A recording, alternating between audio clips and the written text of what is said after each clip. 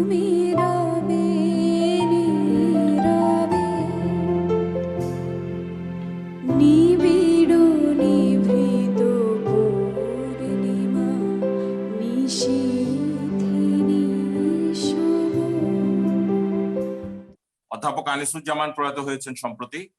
তিনি আমাদের সময়ের বাতিঘর। তার স্মরণে আমাদের এই আয়োজন। ঈদের ছুটির আগে 6টি পর্ব প্রচারিত হয়েছে, আজ 7ম পর্ব। জাতীয় অধ্যাপক আনিসুজ্জামানকে আমরা স্মরণ করছি একটু ভিন্নভাবে। জানার চেষ্টা করছি কিভাবে তার আলোয় আগামীর পথ দিশা খুঁজে পাবো আমরা। আজ নিরন্তর বাতিঘর আনিসুজ্জামান এই আয়োজনে আমাদের সঙ্গে আছেন ভাষাবিদ, প্রাবন্ধিক, গবেষক ও রবীন্দ্র ভারতী বিশ্ববিদ্যালয়ের সাবেক উপাচার্য পবিত্র সরকার। আশা করছি কিছুক্ষণের ভেতর তিনি যুক্ত হবেন। আছেন সাংবাদিক, সাহিত্যিক, শিক্ষাবিদ আবুল মোমেন, চট্টগ্রাম থেকে যুক্ত হয়েছেন আমাদের সঙ্গে। এবং আমাদের সঙ্গে আরো আছেন শিক্ষাবিদ, গবেষক ও প্রাবন্ধিক অধ্যাপক, চট্টগ্রাম বিশ্ববিদ্যালয়ের অধ্যাপক গোলাম মুস্তফা, চট্টগ্রাম থেকে তিনিও যুক্ত হয়েছেন। এবং আশা করছি যুক্ত হবেন কিছুক্ষণের ভেতরে কথা সাহিত্যিক ও দৈনিক কালের কণ্ঠের সম্পাদক ইমদাদুল হক মিলন। ইতিমধ্যে যুক্ত হয়েছেন পশ্চিমবঙ্গের কলকাতা থেকে প্রাবন্ধিক, গবেষক, অনুবাদক, কলকাতা বিশ্ববিদ্যালয়ের ইংরেজির অধ্যাপক, ফরাসি ভাষা ও সাহিত্যের খ্যাতিমান পণ্ডিত অধ্যাপক চিন্ময় গুহ। আমাদের সঙ্গে আছেন অন্য প্রকাশের প্রধান নির্বাহী মাজহারুল ইসলাম। আর সরাসরি সম্প্রচারিত আমাদের এই আয়োজন যুক্তরাষ্ট্রের ডালাস থেকে সমন্বয় করছেন গল্পকার ফরহাদ হোসেন। ফেসবুক বন্ধুরা, আপনারাও আছেন আমাদের এই আয়োজনে। আপনাদের প্রত্যেককে আরো একবার স্বাগত জানাচ্ছি। আমি প্রাথমিক পর্যায়ে প্রত্যেক অতিথির কাছ থেকে আমাদের আজকের যারা অতিথি প্রত্যেকের সঙ্গেই অধ্যাপক আনিসুজ্জামানের দীর্ঘ স্মৃতি, বিভিন্ন সময়ের তাদের কাছ থেকে স্মৃতির কথা শুনবো এবং একই সঙ্গে অধ্যাপক আনিসুজ্জামানের অবদান আমাদের ভাষা, সাহিত্য, সংস্কৃতিতে, আমাদের জাতীয় জীবনে, কি করে তিনি একটি বিশ্ববিদ্যালয় বা একটি বিভাগের শিক্ষক থেকে জাতীয় শিক্ষকে পরিণত হলেন, নিশ্চয়ই সেগুলো শুনবো। তবে প্রাথমিক ধাপে আমরা প্রত্যেকের কাছ থেকে খুব সংক্ষেপে বিশেষ কোনো স্মৃতির কথা জানতে চাইবো। প্রথমেই আমি অনুরোধ করব সাংবাদিক, সাহিত্যিক, শিক্ষাবিদ জনাব আবুল মোমেনকে অধ্যাপক আনিসুজ্জামানের সঙ্গে তার বিশেষ কোনো স্মৃতির কথা যদি আমাদের বলেন। জনাব আবুল মোমেন। তাকে চিনি আমার অল্প বয়স থেকেই, তবে তিনি যখন চট্টগ্রামে ছিলেন 1969 সন থেকে 85 পর্যন্ত 16 বছর, তখন খুব ঘনিষ্ঠতা, এবং ওই পর্যায়ে তার সঙ্গে আমি অনেক কাজ করেছি, বিশেষত বিভিন্ন আন্দোলনের সময়, 75 পরবর্তী আন্দোলনগুলোর সময়ে তিনি সভাপতি, আমি সম্পাদক, এইভাবে আমরা অনেকগুলো করেছি। আমার মনে পড়ছে এই মুহূর্তে যে এরশাদ শাসনের সময়ে আমরা যখন একটা রাজপথে আন্দোলন করছি, তখন একবার রুটে গেল যে চট্টগ্রাম বিশ্ববিদ্যালয়ের একজন প্রবীণ শিক্ষককে গ্রেফতার করা হবে। তো আমরা একটা জায়গায় ছিলাম, তখন আনিস স্যারকে আমরা ফোন করলাম। তিনি বললেন যে না, এটা তো খবর নিতে হবে। সাধারণত এরকম ক্ষেত্রে আমরা বাড়ি ছেড়ে আত্মগোপন করি, কিংবা মানে আত্মরক্ষার জন্য একটা কোথাও গিয়ে গা ঢাকা দেই। কিন্তু তিনি বললেন যে না, আমাদেরকে ওর বাসায় যেতে হবে এবং আসলে ঘটনাটা কি জানতে হবে। তো ওই সময়টাতে কিন্তু এই যে সাহসী নেতৃত্ব, এটা তার মধ্যে দেখেছি, এটা খুবই আমাদেরকে অনুপ্রাণিত করেছিল। আমরা তখন অনেকটা তরুণ। তো তিনি আমাদেরকে গাড়িতে বসিয়ে সেই জায়গায় নিয়ে গেলেন। তো এই যে একটা সাহসের পরিচয়, সাহসী নেতৃত্ব দিয়েছেন তিনি, যে কোনো সময় দায়িত্ব নিয়েছেন এবং দায়িত্বটা সাহসের সঙ্গে পালন করেছেন, এইটা আমি মনে করছি। আর অনেক স্মৃতি তো আছে, অন্যরা বলবেন। ধন্যবাদ। আবার আপনাদের প্রত্যেকেরই অনেক স্মৃতি জানবো সেসব। এবারে আমি শিক্ষাবিদ, গবেষক, প্রাবন্ধিক অধ্যাপক গোলাম মুস্তাফার কাছ থেকে ব্যক্তিগত কিছু স্মৃতির কথা জানতে চাইবো। আমরা জানি যে আপনার সঙ্গে খুব ব্যক্তিগত ঘনিষ্ঠতা ছিল অধ্যাপক আনিসুজ্জামানের। আমাদের সঙ্গে কিছু সেই স্মৃতিগুলো যদি আমাদের সঙ্গে ভাগাভাগি করেন। আনিসুজ্জামানের সঙ্গে আমার প্রত্যক্ষ পরিচয়ের আগেই আমি তাকে চিনতাম। আমার মনে আছে 1971 সালে যখন মুক্তিযুদ্ধ শুরু হতে চলেছে, তখন চট্টগ্রামে লালদিঘি ময়দানে, যেটাকে সে সময় মুজিব পার্ক বলা হতো, চট্টগ্রামের শিল্পী সাহিত্যিক বুদ্ধিজীবীদের উদ্যোগে একটি সভার আয়োজন করা হয়। সেটির সভাপতিত্ব করেছিলেন জনাব আবুল ফজল, এবং আনিসুজ্জামান সেখানে কয়েকটি বাক্যের একটি বক্তৃতা করেছেন। আমরা জানি যে অনেকেই বুদ্ধিজীবীদের যে ভূমিকা আমাদের জাতীয় আন্দোলনে, সেটাকে খুব বড় করে দেখেন, কিন্তু আনিসুজ্জামান নিজে একজন বুদ্ধিজীবী হয়েও তিনি সেদিনের বক্তৃতায় বলেছিলেন যে আজকের যে আন্দোলন চলছে তাতে জনগণ আমাদের চাইতে অনেক বেশি এগিয়ে গেছে। জনতার কাছে আমাদের আবেদন, আমরা আপনাদের সঙ্গে চলতে চাই, আপনারা আমাদের সাথে দিন। কাজেই এটি একটি স্মৃতি তিনি এই কথাটি বলেছিলেন, এবং এটা আমার মনে গেঁথে আছে যে একজন অগ্রণী রাজনৈতিক বুদ্ধিজীবী হওয়া সত্ত্বেও তিনি জনমানুষের যে অবদান সেটিকে অনেক বড় করে দেখেছেন। আমার দ্বিতীয় স্মৃতি হচ্ছে, আমি যখন MA পরীক্ষা দিই, তিনি চট্টগ্রাম বিশ্ববিদ্যালয় থেকে এসেছিলেন আমার মৌখিক পরীক্ষা দিতে। তিনি একটি মাত্র প্রশ্ন করেছিলেন যে তোমার কি ভাষা বিজ্ঞান না ভাষার ইতিহাস? আমি বললাম স্যার আমার ভাষা বিজ্ঞান। তিনি অত্যন্ত বিনয়ী ছিলেন, আপনারা সবাই জানেন। তিনি বললেন যে দেখো, নম চমস্কির একটা কথা আছে, ট্রান্সফরমেশনাল জেনারেটিভ গ্রামার, এটা আমি বুঝি না, তুমি কি আমাকে বোঝাতে পারো? উনি এগুলো জানতেন, কিন্তু তিনি এমন ভাবে প্রশ্নটি করলেন, তাতে যেটি হলো যে আমার সাহসটা অনেক বেড়ে গেল। আমি তাকে বোঝানোর মতো করেই প্রায় বললাম, এবং প্রায় 20 মিনিট বললাম। বলার পরে তিনি দেখলাম যে একটু সন্তুষ্ট হয়েছেন এবং বলেছেন যে হ্যাঁ, ভালোই বলেছেন।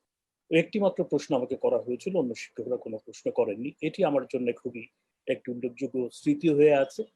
এবং তারপরে আমি তাকে নানাভাবে দেখেছি। একটি স্মৃতির কথা মনে আছে যে যখন সেই যুদ্ধ অপরাধীদের বিচারের জন্য আন্দোলন হচ্ছিল, পরে যেটাকে মানবতা বিরোধী দেশ বিরুদ্ধে আন্দোলন বলা হয়, সেখানে তিনি একটি ভূমিকা পালন করেছিলেন।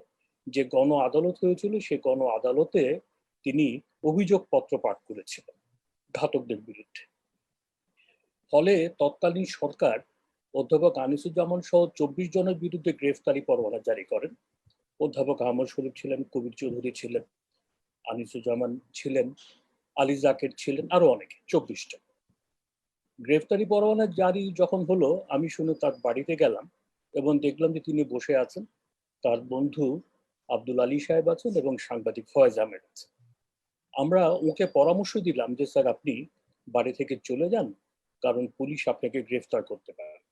তিনি বললেন যে আমি যাব না, আমি গ্রেফতার বরণ করবো, কিন্তু আমি পালাবো না।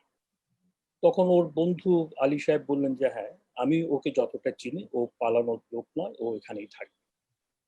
তখন ফয়েজ আহমদ সাহেব বললেন যে আপনি ব্যারিস্টার ইশতিয়াক আহমেদকে ফোন করুন এবং তার পরামর্শ চান। ব্যারিস্টার ইশতিয়াক আহমেদকে পাওয়া গেল না, তার সহকর্মীকে পাওয়া গেল। তিনি বললেন যে স্যার, আপনাকে আমরা পালাতে বলছি না, কিন্তু রাতের বেলায় আপনাকে থানায় নিয়ে গেলে, আপনাকে থানায় সারা রাত বসিয়ে রাখবে, আপনার কষ্ট হবে, আপনি আজকে রাতটা একটু অন্য জায়গায় থাকুন। সেটি একটি আমার স্মৃতিতে মনে পড়ে। এবং পরদিন সকালে আদালতে তিনি গেলেন, তিনি আমাকে ফোন করে বললেন যে ব্যারিস্টার ইশতিয়াকের চেম্বারে এসো।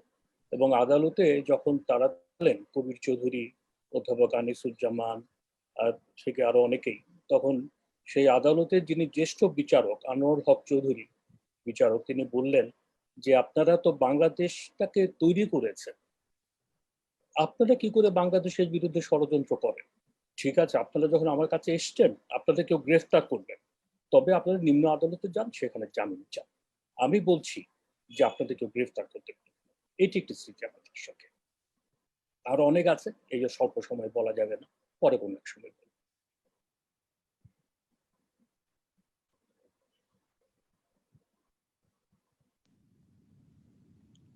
নাসির ভাই কি আছেন? নাসির ভাই,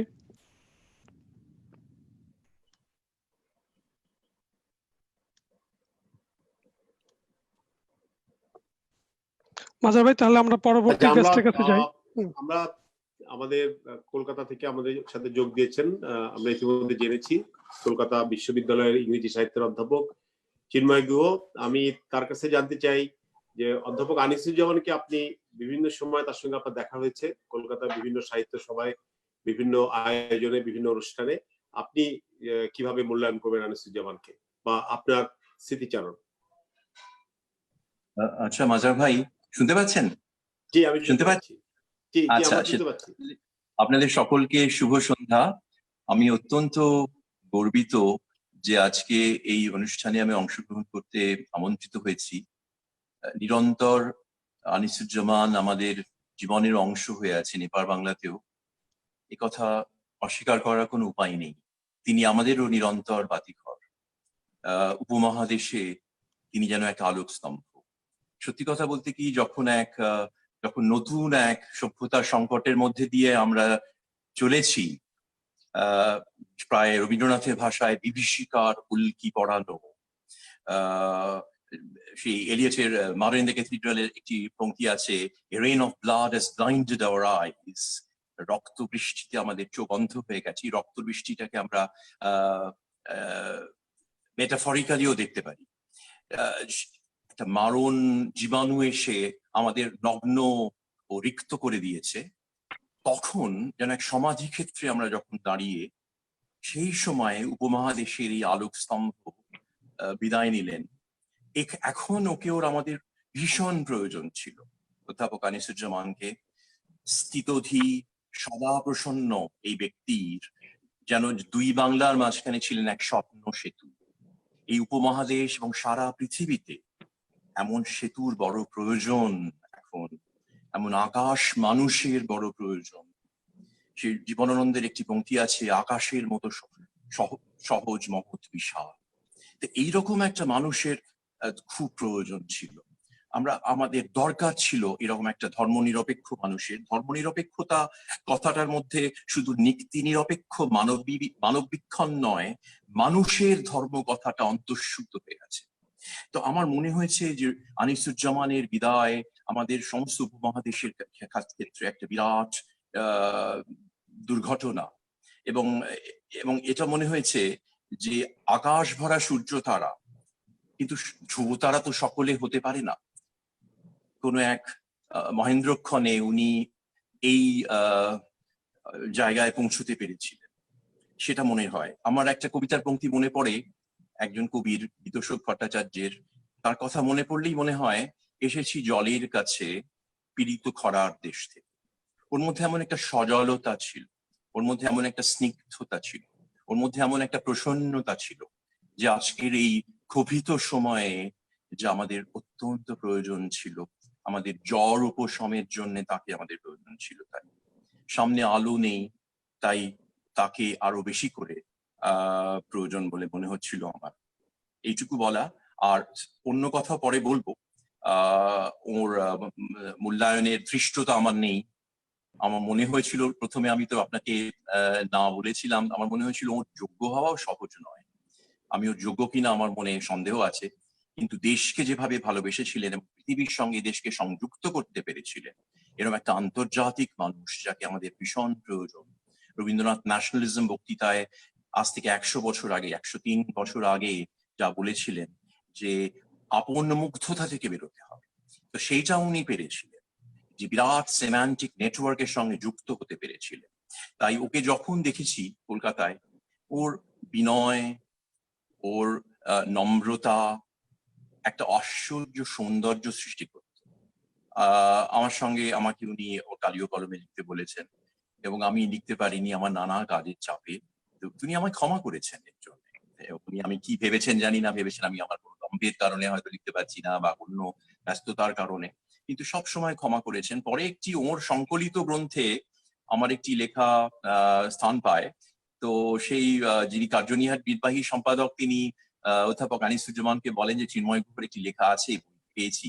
উনি বলেন, এটা সম্ভব হলো কি করে হলো? এবং পরে জানান আলাদা করে যে ওইটি ওর প্রিয় লেখা বলে মনে হয়েছে ওর। তো এবং যতবার দেখা হয়েছে, ও নম্রতার কাছে শিখেছে অনেক কিছু, যেটা ভীষণ প্রয়োজন। চারপাশে এই মারণ জীবাণু তো দেখিয়ে দিল যে ধনের ঔদ্ধত্য, জ্ঞানের ঔদ্ধত্য, বিজ্ঞানের ঔদ্ধত্যের কোনো মূল্য নেই। কাজেই এবার যখন উনি চলে গেলেন, তখন আরো বেশি বুঝতে পারলাম যে এই নম্রতা, এই সৌজন্য যা তার জ্ঞান থেকে উৎসারিত হয়েছে, তার কত প্রয়োজন আমাদের সকলের।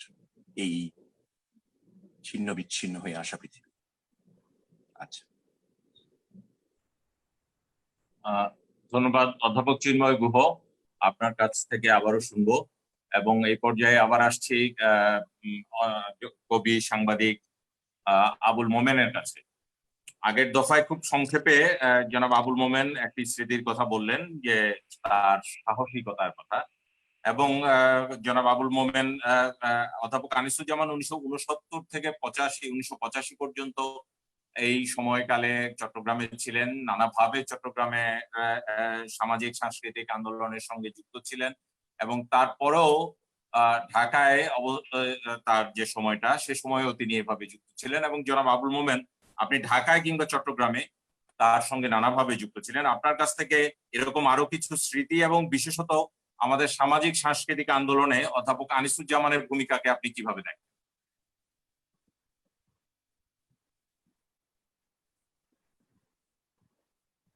আনমিউট করতে হবে। স্যার একটু জনাব আনমিউট করেন আবুল মোমেন স্যার। মোমেন, আপনাকে শুনতে পাচ্ছি না, একটু আনমিউট করতে হবে।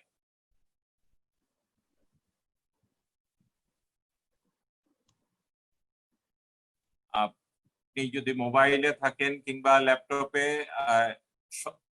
না হয়নি, এখনো আনমিউট হয়নি।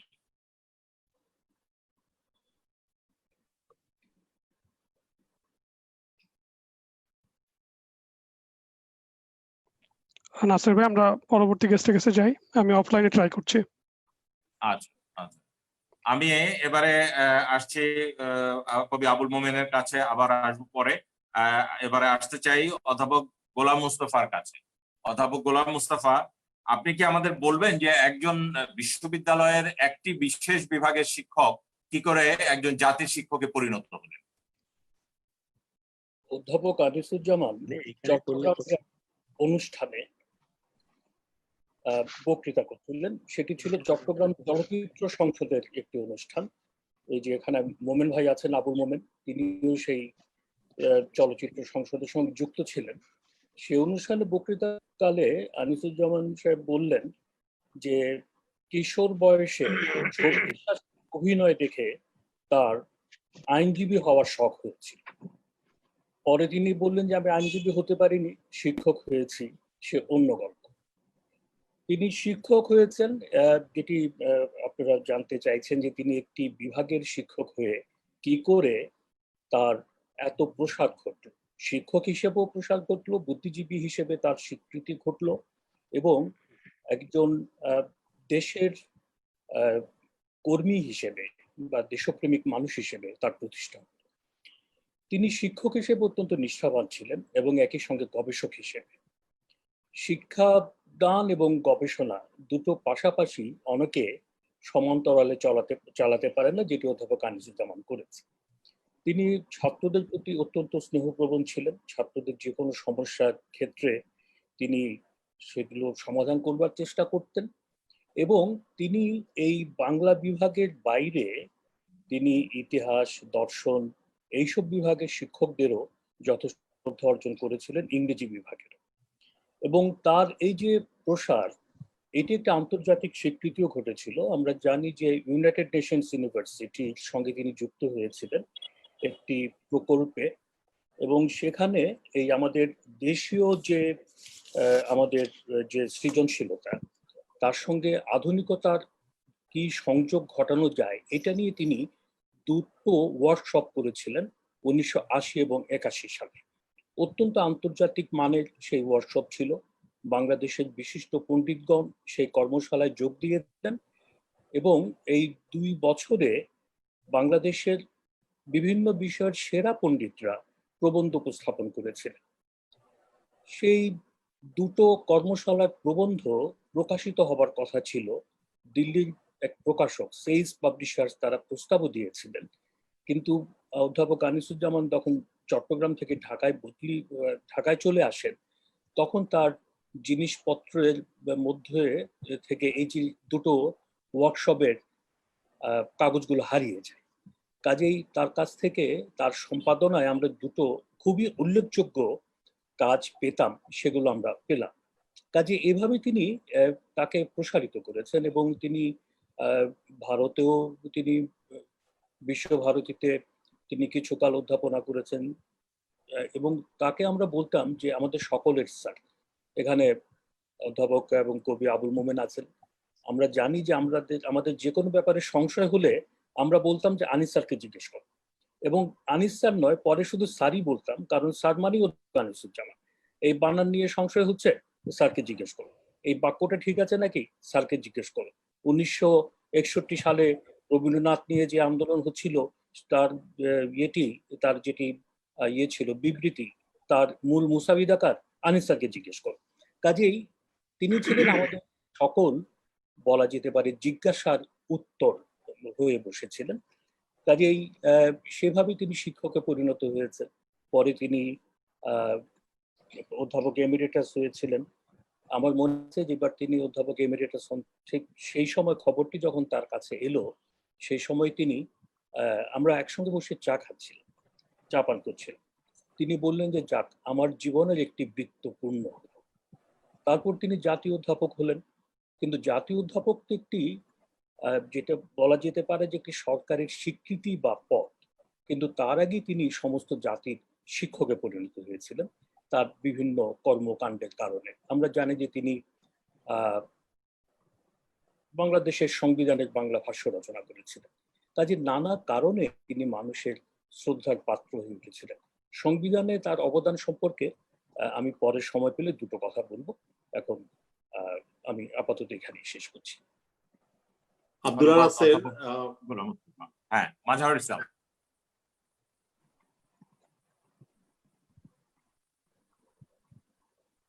মাজহারুল ইসলাম কিছু বলতে চাচ্ছিলেন?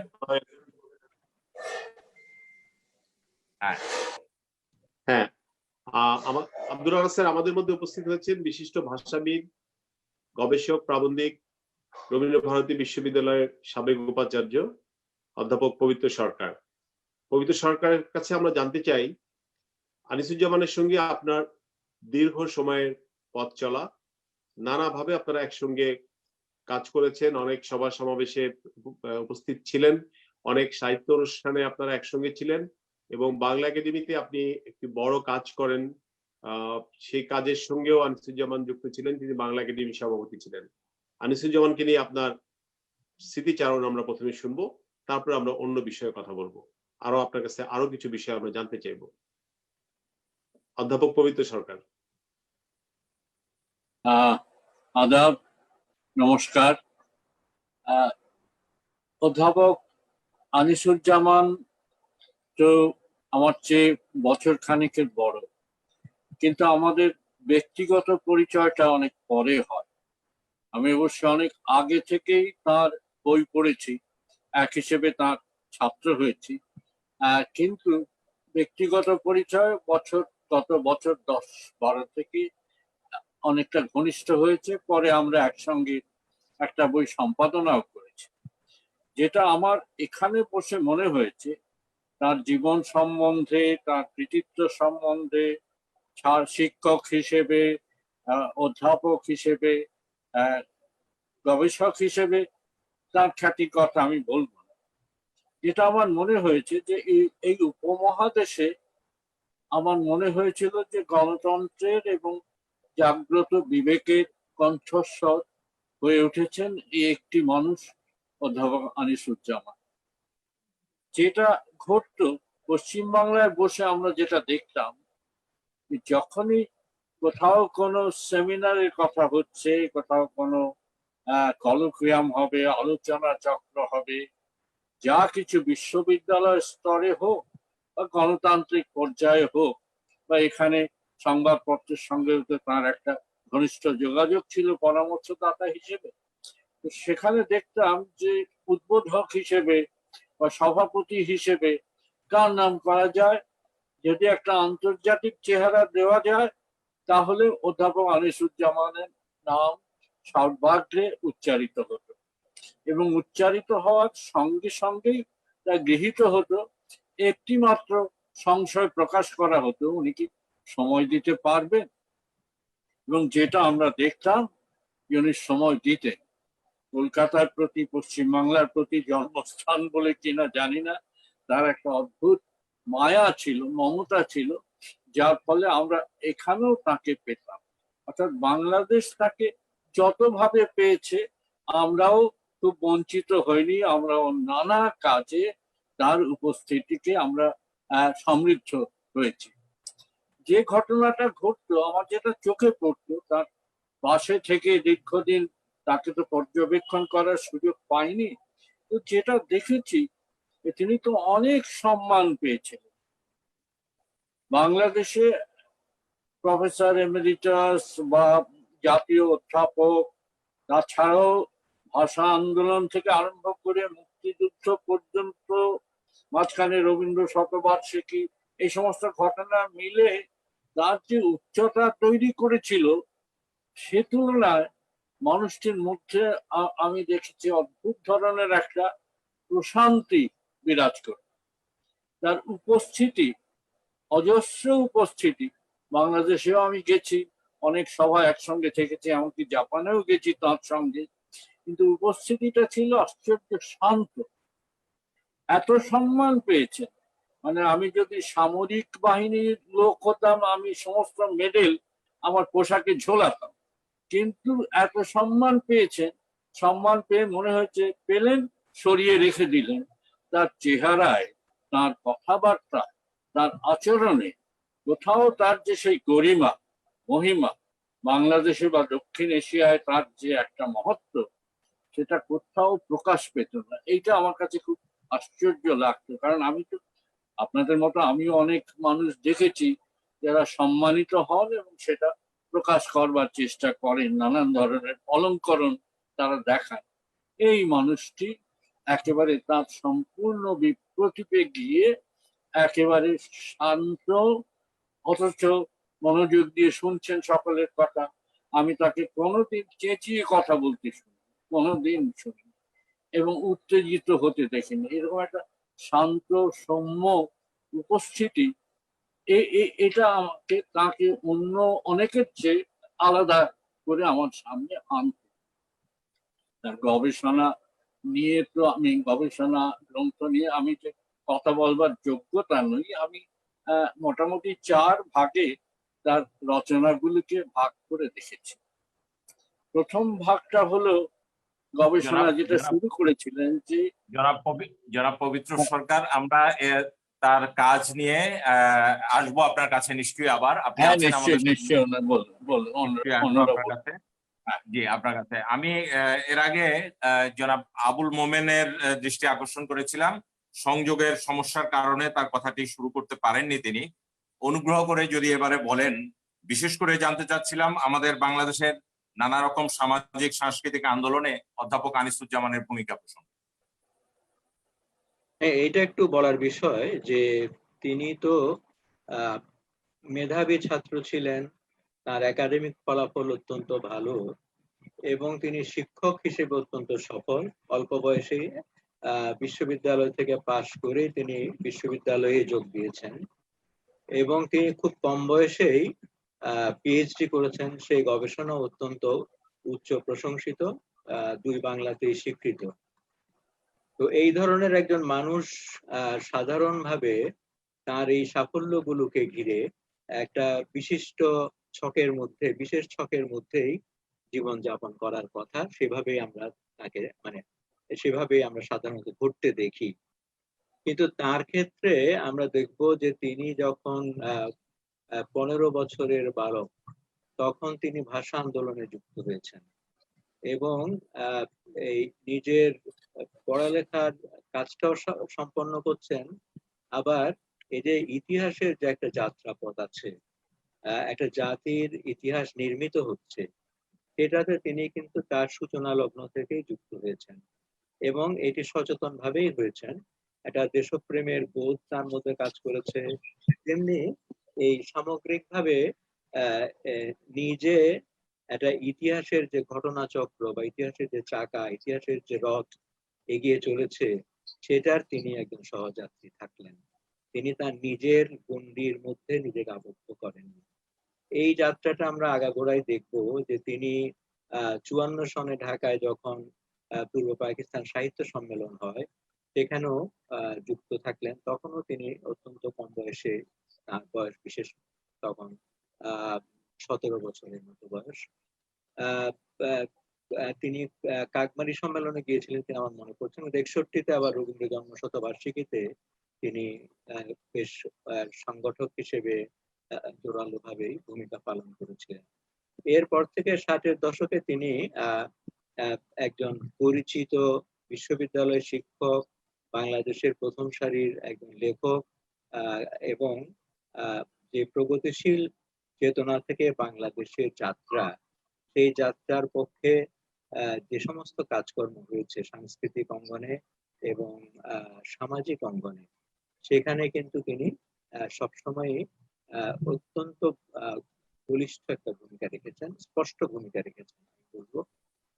এবং এই তার তারুণ্য কারণে তিনি যারা প্রতিষ্ঠিত বুদ্ধিজীবী আছেন বা রাজনৈতিক অঙ্গনেও যেসব ব্যক্তিবর্গ আছেন অত্যন্ত অগ্রণী, তাদের সঙ্গে যেমন তার যোগাযোগ রয়েছে, তেমনি আবার তরুণ যারা নতুন কর্মী উঠে আসছেন তাদের সঙ্গেও তার একটা যোগাযোগ আছে।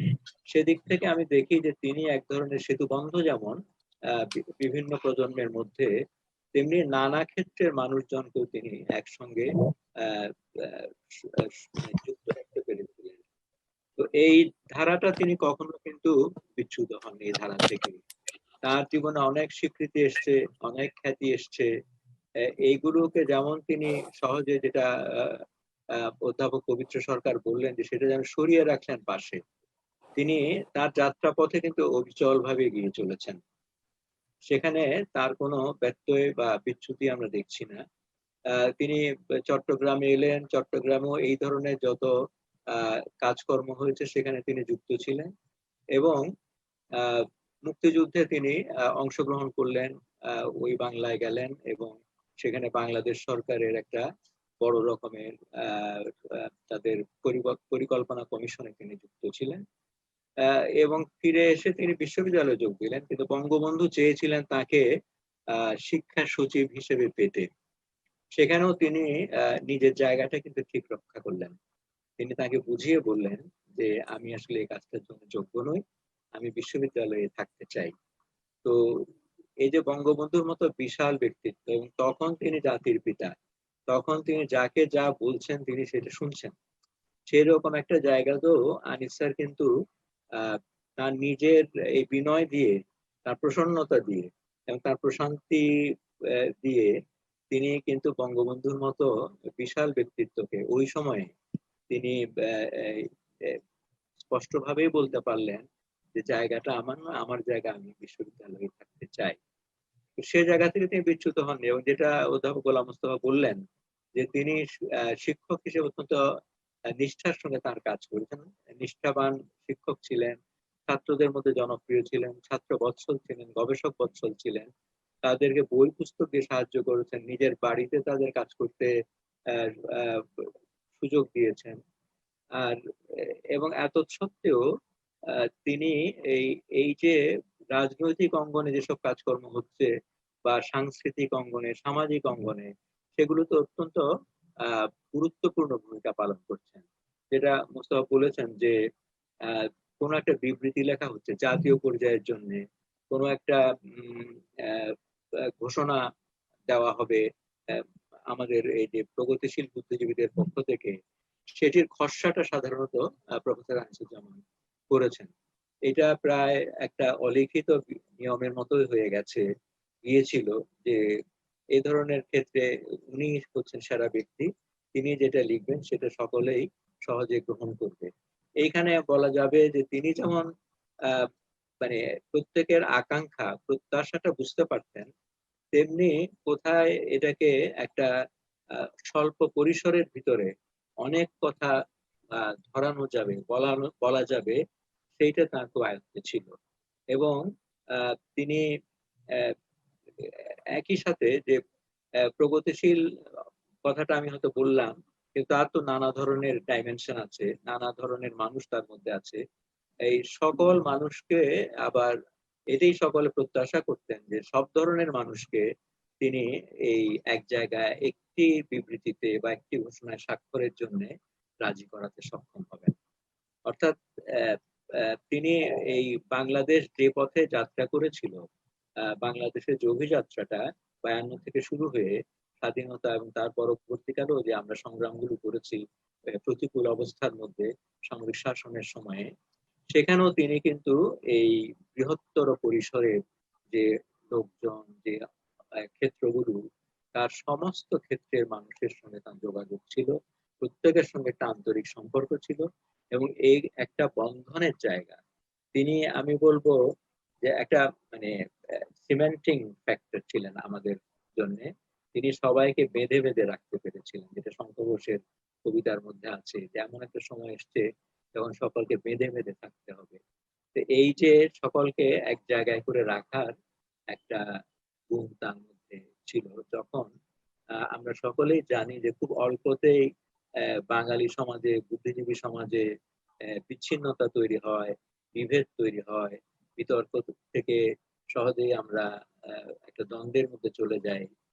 সেখানে তিনি কিন্তু সবসময় অবিচল ছিলেন তার জায়গা থেকে, এবং ওই সকলকে টেনে রাখতে পারতেন। তার একটা বড় অভাব হবে সেইখানে যে এইরকম মানুষ সহজে একটা সমাজে তৈরি হয় না, যিনি আহ নিজে অনুত্তেজিত থাকেন, নিজে প্রশান্ত থাকেন, এবং সকলকে এই গ্রহণ করে আহ, আবার সামনে এগিয়ে যেতে পারেন। একটা কথা এখানে বলা দরকার যে আমি যখন বলছি যে সকলকে গ্রহণ করেন, আমি বলে দিচ্ছি যে তিনি, তার একটা অবস্থান ছিল, পরিষ্কার অবস্থান, যে 52 থেকে সূচিত সেই অবস্থানে স্পষ্ট এবং অটল। যে কারণে তিনি যেমন এই যুদ্ধাপরাধীদের বিরুদ্ধে গণ আদালতে অংশগ্রহণ করেছেন, তার জন্য দেশদ্রোহীর তকমা গায়ে নিয়েছেন, তেমনি আবার যখন মানবতা বিরোধী অপরাধীদের আহ আহ, ইয়ে হচ্ছে, আহ, মামলা হচ্ছে, তাতে কিন্তু সাক্ষ্য দিতে তিনি গিয়েছিলেন। অনেকেই সেদিন যারা এই ধরনের ঘটনার প্রত্যক্ষদর্শী, তারা কিন্তু অনেকে সাহস করেননি, নানা ভাবে এই আহ তাদের এই যে একটা সাক্ষী দিতে হবে সেই জায়গা থেকে সরে এসেছিলেন অনেকেই। কিন্তু আনিস স্যার সেখানেও ওই যে তিনি পালাতে পারবেন না, তিনি যেটা সত্য সেটার পাশে দাঁড়িয়েছিলেন, নিজের অবস্থানটাকে পরিষ্কার রেখেছেন। আবার এই যে বৃহত্তর অঙ্গন, সেখানে সকলকে একসাথে ধরে রাখতে পেরেছিলেন। সকলকে ধরে রাখার জন্য তার যে ব্যক্তিত্বের ভূমিকা, এই জন্য আলাদা কোনো এফোর্ট তাকে দিতে হতো না। তার ব্যক্তিত্বটাই সেই রকম যে সকলে আকৃষ্ট হতেন, সকলে সন্তুষ্ট হতেন, এবং সকলে তার সকলকে তিনি একটা জায়গায় এনে একটা পথে যেন যাত্রার জন্য আমাদেরকে রাখতে পারতেন। এই যাত্রাপথের যে অগ্রণী নায়ক, যাত্রাপথের যে দিশারি, এই মানুষটি হারিয়ে আমরা আজকে আসলে সংকটের মুহূর্তে, যে গভীরতর সংকটের দিকে পৃথিবী, বিশ্ব সভ্যতা যাচ্ছে, এবং নতুন করে ভাবনার একটা প্রয়োজন দেখা দিয়েছে এখন, যে পুরনো অনেক ভাবনা, পুরনো অনেক অভ্যাস, পুরনো অনেক ব্যবস্থা পদ্ধতি আমাদের বদলাতে হবে। এই সময়ে আনিসুজ্জামানের মতো একজন গ্রহণযোগ্য ব্যক্তি, দূরদর্শী ব্যক্তি এবং চিন্তাশীল মানুষ, তিনি মৌলিক চিন্তা করতে পারেন, নতুন চিন্তাকে গ্রহণ করতে পারেন, নতুন কিছু ভাবনাকে তিনি এগিয়ে নিতে সাহস করেন, সেই ধরনের মানুষের আজকে বেশি প্রয়োজন ছিল। সেইখানেই আমি বলবো যে তাকে আমরা খুব বেশি বড় করে হারালাম। আমরা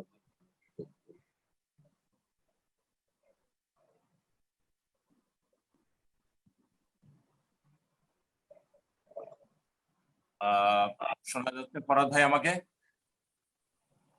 ধন্যবাদ জনাব আবুল মোমেন। বাংলাদেশের ইতিহাসের রাজপথে কি করে অধ্যাপক আনিসুজ্জামান সরব ছিলেন, সক্রিয় ছিলেন, সে বিষয়ে জানলাম আপনার কাছ থেকে। আমি আসছি অধ্যাপক চিন্ময় গুহর কাছে। অধ্যাপক চিন্ময় গুহ প্রাথমিক পর্যায়ে অধ্যাপক আনিসুজ্জামান সম্পর্কে তার ব্যক্তিগত স্মৃতিচারণ বলতে গিয়ে এক পর্যায়ে তার সৃষ্টিশীলতা, তার কাজ, তার গবেষণা সম্পর্কে বলতে চেয়েছিলেন। আমি অনুরোধ করব এবারে যদি বলেন অধ্যাপক আনিসুজ্জামানের কাজ সম্পর্কে, কাজের মূল্যায়ন। যে কথা জনাব আবুল মোমেন বললেন এবং তার আগে পবিত্রদা বলেছেন এবং অধ্যাপক গুলাম মোস্তাফা বলেছেন, আমরা সকলেই একমত একটা কতগুলো বিষয়ে। সেটা হচ্ছে যে এই মানুষটি একটা সমন্বয়ের প্রতীক হয়ে উঠেছিলেন আমাদের সকলের কাছে। একটা উদাহরণ হয়ে ওঠা তো সহজ নয়, আমি প্রথমেই বলেছিলাম যে আকাশ ভরা সূর্য তারা, কিন্তু ধ্রুব তারা তো সকলে হতে পারে না। কোনো একটা বিশেষ মুহূর্তে এটা হয়ে গিয়েছিল তার অসাধারণ ব্যক্তিগত আত্মানুসন্ধানের কারণে। একটু আগে শুনলাম, আমরা সবাই জানি খুব কম বয়সে উনি ভাষা আন্দোলনে শরিক ছিলেন 1952 সালে, পরে গণ অভ্যুত্থানে 69 সালে অংশগ্রহণ করেছেন, পরে যুদ্ধাপরাধীদের ব্যাপারে দাঁড়িয়েছেন, মুক্তিযুদ্ধের একজন বড় স্পোক্সম্যান এবং নিজে যোদ্ধা, জাতীয় শিক্ষা কমিশনের সদস্য। উনি নিজে লিখেছেন যেটা খুব গুরুত্বপূর্ণ, সেটা এসব নানা কারণে তিনি আমাদের সকলের কাছে শ্রদ্ধেয়। তিনি রবীন্দ্রনাথ একটা শব্দ ব্যবহার করেছিলেন আধুনিক সাহিত্যে বইতে, অন্তঃপ্রকৃতি। তিনি যেন মানুষের, আমাদের উপমহাদেশের মানুষের অন্তঃপ্রকৃতিটাকে ধরতে পেরেছিলেন। তিনি যেন আমাদের ভাষা, আমাদের জীবনধারা, আমাদের ইতিহাস সবকিছুকে গভীরভাবে অন্তর্দৃষ্টি দিয়ে বোঝার চেষ্টা করেছিলেন। আমার নিজের মনে হয় রামমোহন রায় থেকে রবীন্দ্রনাথ পার হয়ে কাজী নজরুল ইসলামের যে সমন্বয়ের চেতনা ছিল, আনিস দা বলা হতো এই বাংলায়, অনেকে তাকে তাই বলতেন, অর্থাৎ আনিসুজ্জামানের মধ্যে সেইগুলি প্রতিফলিত হয়েছিল। খুব দরকারি কথা উনি বলেছেন। কাজগুলোর দিকে যদি একবার তাকায়, আমি একটু আগে বিপুলা পৃথিবী পড়ছিলাম, আবার নতুন করে পড়ছিলাম। উনি যখন 1971 সালে বাগডোগরা হয়ে কলকাতা চলে এলেন এবং তারপরে স্বাধীনতার পর বাংলাদেশে ফিরে যাচ্ছেন, তখন গাড়ি থেকে নেমে বাংলাদেশে পৌঁছে 5ই জানুয়ারি বোধহয় রওনা হয়েছিলেন, পৌঁছে বলছেন, দেশের ধুলো মাটি নিলাম দুহাত ভরে, দেশের ধুলো মাটি নিলাম। এই দেশের অন্তরাত্মাকে, একটু আগে দেশপ্রেমের কথা বললেন সকলে, দেশের শিকড়ে পৌঁছানোর একটা ব্যাপার ওর মধ্যে ছিল, না হলে এইখানে পৌঁছানো যায় না। এই সম্মানের জায়গায়, এই সম্মান তিনি অর্জন করেছিলেন ভালোবাসা দিয়ে। আমি একটা কথা বলবো, এই মানুষটির সম্পর্কে বইগুলোর নামগুলো যদি একবার আমরা দেখি, মুসলিম মানুষ ও বাংলা সাহিত্য তো গবেষণা, স্বরূপের সন্ধানে, আমার 71, কিন্তু এছাড়াও বাঙালি নারী সাহিত্য ও সমাজে, লক্ষ্য করছি নামগুলো, স্বরূপের সন্ধানে, আমরা লক্ষ্য করছি এই নামগুলোই যেন মানুষটাকে চিনিয়ে দিচ্ছে। তিনি বলছেন যে তিনি অর্গানাইজড রিলিজিয়নে বিশ্বাস করেন না, বিশ্বাস হারান তিনি। আমরা সবাই জানি যে 1990 সালে স্বৈরাচারী সরকারের প্রতিবাদ করেছিলেন।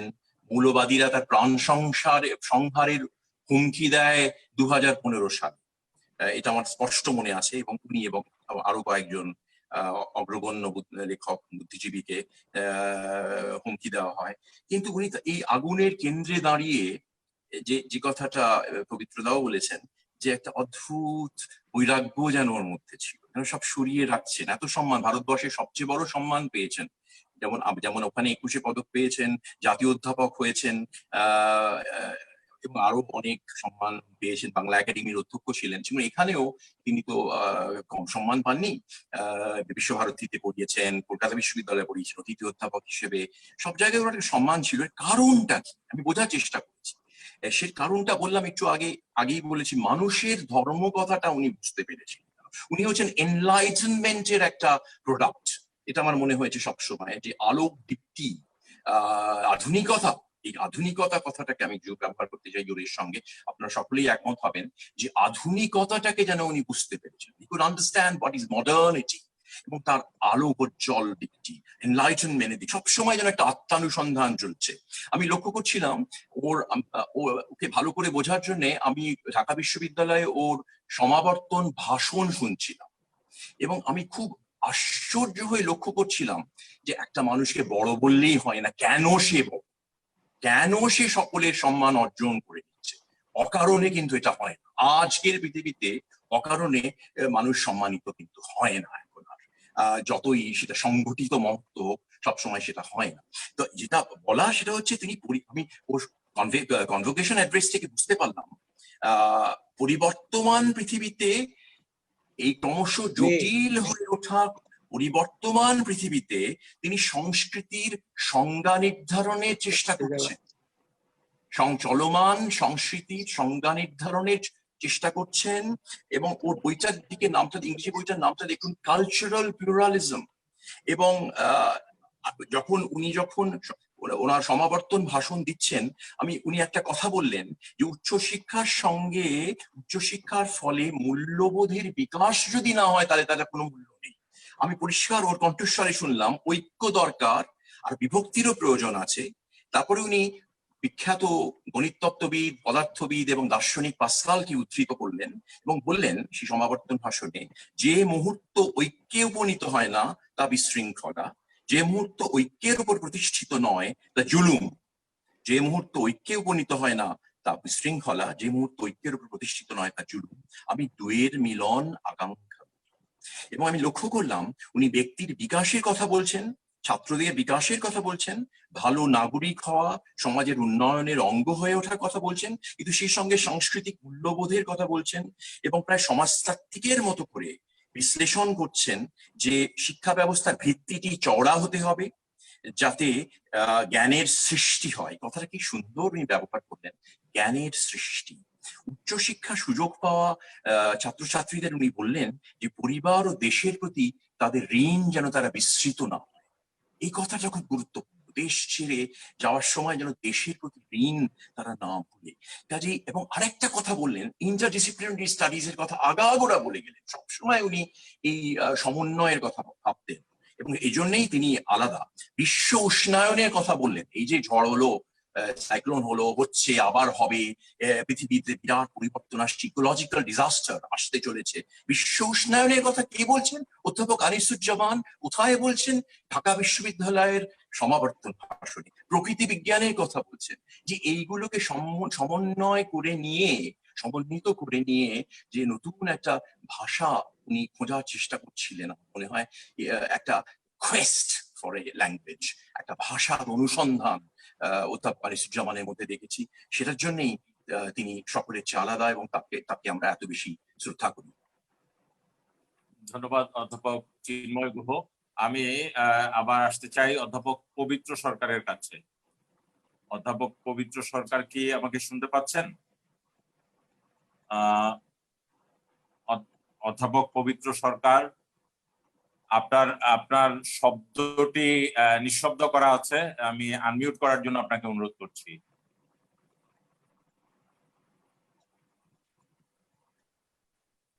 অধ্যাপক পবিত্র সরকার অনুগ্রহ করে আনমিউট করবেন, আপনাকে শুনতে পাচ্ছি না।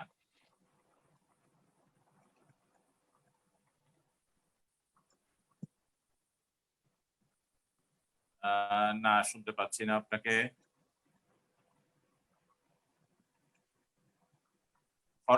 ফরহাদ ভাই, আমরা কি পরবর্তী আলোচকের কাছে যাব? জি যান, ওনার আমি দেখছি অফলাইনে, কিন্তু আপনি পরবর্তী আলোচকের জন্য। জি জি। আসছে অধ্যাপক গোলাম মুস্তাফার কাছে। গোলাম মুস্তাফা আলোচনার আগের পর্বে বলছিলেন যে পরবর্তী পর্যায়ে আপনি অধ্যাপক আনিসুজ্জামান আমাদের সংবিধানের বাংলা ভাষ্যের রচয়িতা, সেই প্রসঙ্গে আলোকপাত করতে চান। অধ্যাপক গোলাম মুস্তাফা। আসলে অধ্যাপক আনিসুজ্জামানের যে গবেষণা, এগুলো সম্পর্কে আমরা মোটামুটি অনেকেই জানি। তার মুসলিম মানুষের কথা বা মুসলিম বাংলার সাময়িক পত্র, পুরনো বাংলা গদ্য, তারপর তিনি যে ইন্ডো অফিস লাইব্রেরিতে অনেকগুলো বাংলা নথি পেয়েছিলেন, চিঠিপত্র পেয়েছিলেন, প্রায় 4000, 1774 থেকে 1814 পর্যন্ত প্রায় 4000 তিনি বাংলা নথি পেয়েছিলেন। সেগুলো তিনি একটি বিবরণধর্মী তালিকাও করেছিলেন। তার ভিত্তিতে তিনি বাংলা গদ্যের ইতিহাস সম্পর্কে একটি মৌলিক কথা বলেছিলেন যে ফোর্ট উইলিয়াম কলেজকে যে আমরা বাংলা গদ্যের সূচনা হিসেবে ধরে নিচ্ছি সেটি ঠিক নয়, এবং তিনি বলেছিলেন যে বাতি জ্বালানোর আগে সলতে পাকানোর একটি ইতিহাস থাকে, সেটি আমাদের দেখতে হবে। তাছাড়া তিনি যেটি আমি সংবিধানের কথা এই জন্য বলছি যে এর যে গুরুত্ব বাংলা ভাষ্য রচনার, এটি অনেকে আমরা উপেক্ষা করি। অধ্যাপক আনিসুজ্জামানকে বলা হয় যে তিনি সংবিধানের বাংলা ভাষ্য রচনা করেছেন, কেউ কেউ বলেন যে তিনি সংবিধানের অনুবাদ করেছেন, কিন্তু কাজটি অনেক বড়।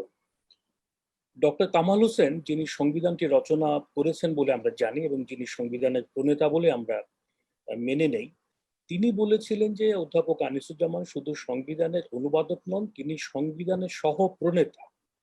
কারণ অধ্যাপক আনিসুজ্জামান এই সংবিধানের বাংলা করতে গিয়ে অনেক বিষয়ে তার মত প্রকাশ করেছেন।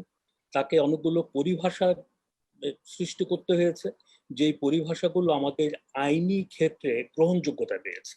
যেমন দুই একটা কথা আমি বলি।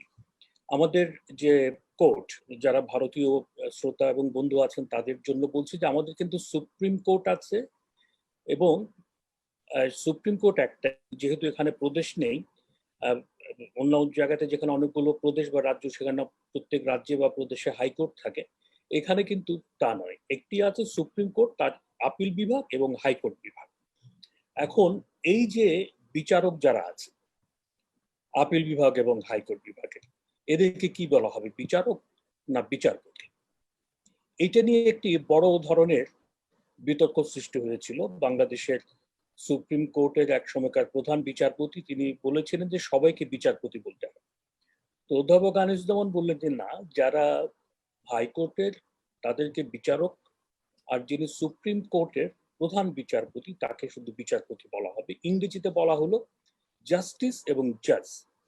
কাজে এই ধরনের অনেক পরিভাষা চয়নের ক্ষেত্রে অধ্যাপক আনিসুজ্জামানকে গুরুত্বপূর্ণ ভূমিকা পালন করতে হয়েছিল, এবং তিনি যে বিচারক এবং বিচারপতি শব্দ দুটো আলাদা করলেন, এই জন্য কিন্তু বিচারপতি সায়েম তাকে তিনি বলেছেন যে আমি আনিসুজ্জামান সাহেবকে কোনোদিনই ক্ষমা করব না, যে আমরা চেয়েছি সবাইকে বিচারপতি বলা হোক, তিনি সেটাতে রাজি হলেন। আরেকটি বিষয় যেটি আমরা বলি যে তিনি বাংলা অনুবাদ করেছেন। আমি একটু আগে বললাম যে তিনি অনেক পরিভাষা এর মধ্যে সৃষ্টি করতে হয়েছে তাকে, এবং তিনি যেটি চেয়েছিলেন যে সংবিধানের ভাষাটি সাধকোদ্য হোক। আমি একবার জিজ্ঞেস করেছিলাম যে স্যার আপনি সাধকোদ্য কেন করলেন? বলছি দেখো, এর মধ্যে একটা ধ্রুপদী ব্যাপার আছে, কাজে আমি চেয়েছি যে সংবিধানটি সাধকোদ্য হোক, এবং পৃথিবীর বড় বড় দেশের সংবিধানগুলো কিন্তু তাদের একটা ক্লাসিক্যাল ল্যাঙ্গুয়েজে তারা করে থাকে। বিচারপতি হাবিবুর রহমান, যিনি বাংলাদেশের প্রধান বিচারপতি ছিলেন এবং একসময় তত্ত্বাবধায়ক সরকারের প্রধান ছিলেন, যার সঙ্গে মিলে অধ্যাপক আনিসুজ্জামান আইন কোষ সবটি প্রণয়ন করেছেন, তিনি এই বাংলা যে সংবিধানের একটি ভাষ্য রচিত হলো সেই সম্পর্কে বলেছেন। তার আগে আমি একটি কথা বলি যে আমরা যদিও বলি যে সংবিধানের অনুবাদ, কিন্তু আমাদের সংবিধানে বলা হচ্ছে যে বাংলা যে ভাষ্য সেটি হচ্ছে মূল সংবিধান, ইংরেজিটি হচ্ছে তার অনুবাদ। 153 ধারার সংবিধানের 2য় উপধারায় বলা হচ্ছে বাংলায় এই সংবিধানের একটি নির্ভরযোগ্য পাঠ ও ইংরাজিতে অনুদিত একটি নির্ভরযোগ্য অনুমোদিত পাঠ থাকিবে, এবং উভয় পাঠ নির্ভরযোগ্য বলিয়া গণপরিষদের স্পিকার সার্টিফিকেট প্রদান করিবেন। শুধু তাই নয়, এরপরে বলা আছে যদি বাংলা এবং ইংরেজি পাঠের মধ্যে কোনো বিরোধ দেখা দেয় সেখানে বাংলা পাঠই প্রাধান্য পাবে। কাজেই এই যে অধ্যাপক আনিসুজ্জামান বাংলাতে সংবিধানের ভাষ্য রচনা করলেন, এইটার গুরুত্ব শুধু অনুবাদের নয়, এটার গুরুত্ব অনেক বেশি। তার চাইতে বেশি বিচারপতি হাবিবুর রহমান, যিনি প্রধান বিচারপতি ছিলেন বাংলাদেশের, তিনি বিলেতের একটি কনফারেন্সে একটি প্রবন্ধ করেছিলেন, এবং সেখানে তিনি একটি কথা বলেছিলেন যে framing the constitution in Bengali for the first time in our history was a momentous event. তারপরে তিনি বলছেন it was a great step forward towards internalizing modern constitutional concepts in our legal culture. অর্থাৎ আমাদের জাতীয় সংস্কৃতিতে এই যে সংবিধান চর্চা, সেখানে বাংলা ভাষাটাকে আত্মীকরণ করা, এইটি একটি বড় ধরনের অর্জন বলে আমরা মনে করি। যে সংবিধানের একটি বাংলা ভাষ্য রচিত হয়েছে, সেটি হচ্ছে সংবিধানের মূল ভাষ্য, এবং বিচারপতি হাবিবুর রহমান বলছেন যে এর ফলে আমাদের সংবিধান এবং আইন চর্চার ক্ষেত্রে বাংলা ভাষাটি যথাযথভাবে এবং পর্যাপ্তভাবে আত্মীকৃত। এইটি কিন্তু বাংলা ভাষার জন্য একটি বড় গৌরবের বিষয়, এবং এখানে আমি মনে করবো যে আনিসুজ্জামানের অবদান অনেক বড়। এটাকে খুব ছোট করে দেখার কোনো উপায় নেই।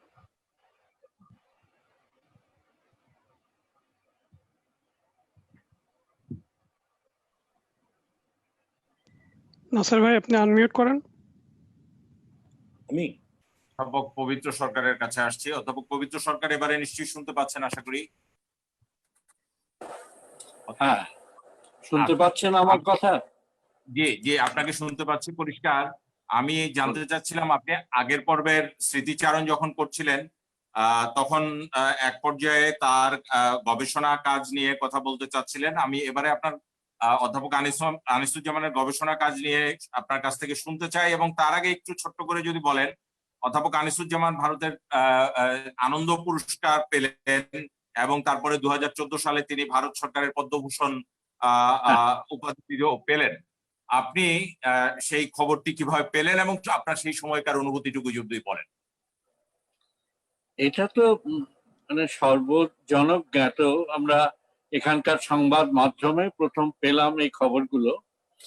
খবরগুলো পেয়ে মনে হলো যে ভারত সরকার তার এখনকার চেহারা সম্বন্ধে আমাদের যতই সংশয় থাক, কিন্তু একটা খুব যোগ্য কাজ করেছেন 2015 সালে আনিস ভাইকে এই পদ্মভূষণ পুরস্কার দিয়ে।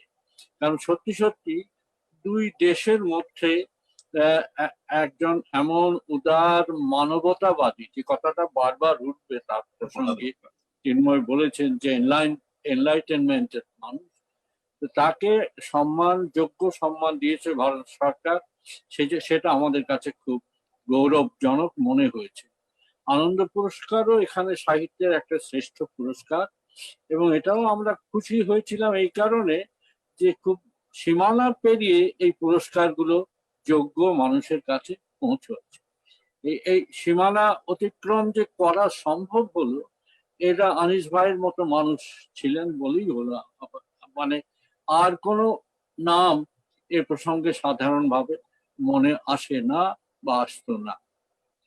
যে কথাগুলো ওর গবেষণা সম্বন্ধে আমার চেয়ে যোগ্য লোক নিশ্চয়ই আছেন বাংলাদেশে, অনেকেই বলবেন।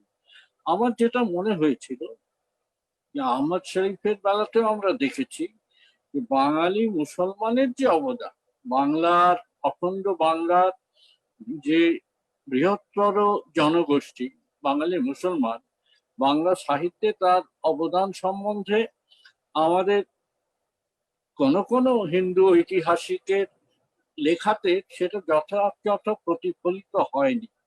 দীনেশচন্দ্র সেন বাদ দিলে যথাযথ প্রতিফলিত হয়নি। তার ফলে বাংলাদেশ বা দেশ ভাগ হবার পরে বাঙালি মুসলমান মানুষেরা যে তাদের নিজেদের আত্মপরিচয় উদ্ঘাটন করছে, এই আত্মপরিচয়ের সংজ্ঞাটা পরে বদলে যাবে, কিন্তু বাঙালি মুসলমানের যে অবদান সে সম্বন্ধে বিশেষ গবেষণা করেছেন আহমদ শরীফ, যেমন করেছেন আমাদের আনিস ভাইও তেমনি করেছেন। বাঙালি মুসলমান বাংলা সাহিত্যে অবদান, বাঙালি নারীদের কথা, এই ব্যাপারটা আমি মনে করি যথাযথভাবে হওয়া উচিত ছিল।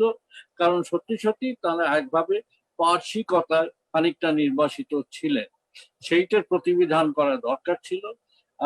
একদিকে আনিস ভাই তাতে তার একটা উজ্জ্বল অবদান রেখেছে। 2 নম্বর, ওই যে আত্মপরিচয়ের কথা বলছিলাম, যে পরে আনিস ভাইয়ের অনেক রচনায় আত্মপরিচয়ের ব্যাপারটা অনেক ব্যাপক হয়ে গেছে। শুধুমাত্র একটা ধর্মীয় পরিচয় নয়, বাঙালি হিসেবে সব রকম ঐতিহ্য, ওই যে প্লুরালিজমের কথা বলেছেন, কালচারাল প্লুরালিজম, এই বিশাল পরিচয়ের তিনি গিয়ে পৌঁছেছেন। এটা সকলের কাছে পৌঁছে দিয়েছেন অজস্র বইয়েতে, সেই বইগুলোর নাম আপনারা জানেন। তৃতীয় যে কাজটা আমি খুব গুরুত্বপূর্ণ মনে করি, সেটা হচ্ছে বাংলা সাহিত্যের নষ্ট কোষ্ঠী উদ্ধার। অর্থাৎ লন্ডনে গিয়ে ওই ইন্ডিয়া অফিস লাইব্রেরি থেকে অষ্টাদশ শতাব্দীর বাংলা চিঠিপত্র এবং গদ্যের নিদর্শন যা উদ্ধার করেছেন, সেটা আমার কাছে মনে হয়েছে যে অসামান্য কাজ। এই কাজ তার জন্যই প্রতীক্ষা করছিল, এবং তিনি এই কাজ করে দিয়ে বাঙালি ইতিহাস এবং বাংলা গদ্যের ইতিহাসকে অনেকটা বাড়িয়ে দিয়েছে। চতুর্থ হচ্ছে তার নিজের জীবনের কথা।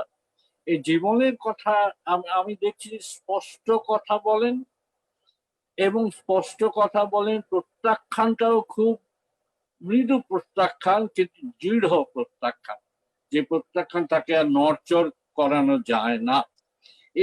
এই যে ব্যাপারটা, যে একটা দৃঢ়তা অথচ তার মধ্যে কোনো উত্তেজনা নেই, এই ব্যাপারটা তার রচনা এই 4টে ভাগ, এক হচ্ছে বাঙালি মুসলমানের অনেক অনুদ্ঘাটিত ইতিহাস উদ্ধার, দুই হচ্ছে তার আত্মপরিচয়ের আরো একটা ব্যাপকতর সন্ধান, তিন হচ্ছে লন্ডনের ইন্ডিয়া অফিস লাইব্রেরি থেকে এই অসামান্য মূল্যবান নথিপত্র উদ্ধার, এবং চার হচ্ছে তার ব্যক্তিগত যে রচনা, আত্মজীবন কথা, যার মধ্যে তিনি দেশকে বিচার করছেন, সমাজকে বিচার করছেন, তৎকালীন রাজনীতিকে বিচার করছেন এবং কড়া কথাও বলছেন তার মতো করে। কখনো কখনো বিদ্রুপ করছেন, কিন্তু খুব সূক্ষ্ম বিদ্রুপ, আর রসিকতা, মৃদু রসিকতা করেই যেন মিলিয়ে যাচ্ছে। এই এই এই এই এই এই চতুর্থা বিস্তারিত তার যে প্রজ্ঞা, এইটাতে আমি খুব মুগ্ধ থাকি। ধন্যবাদ অধ্যাপক পবিত্র সরকার, আপনার কাছে আবারও আসবো আলোচনায়। এবারে আমি জনাব আবুল মোমেনের কাছে আসতে চাই। জনাব আবুল মোমেন, আপনি নিজে একজন সাহিত্যিক এবং শব্দ নিয়ে, ভাষা নিয়ে কাজ করেন। অধ্যাপক আনিসুজ্জামানের ভাষা কিংবা শব্দ ভাবনা নিয়ে যদি আমাদের কিছু বলেন। আমরা দেখেছি যে উনি, তার গদ্যের একটা বিশেষ ধরন ছিল, বিশেষ রূপ ছিল, এবং দৈনিক কাগজে উনি শব্দের অর্থ সুন্দর করে বিশ্লেষণ, বিভ্রান্তিমূলক শব্দের প্রয়োগ, এই বিষয়গুলো নিয়ে কাজ করেছেন, দৈনিক সংবাদপত্রে লিখেছেন। আপনি যদি এ বিষয়ে কিছু বলেন।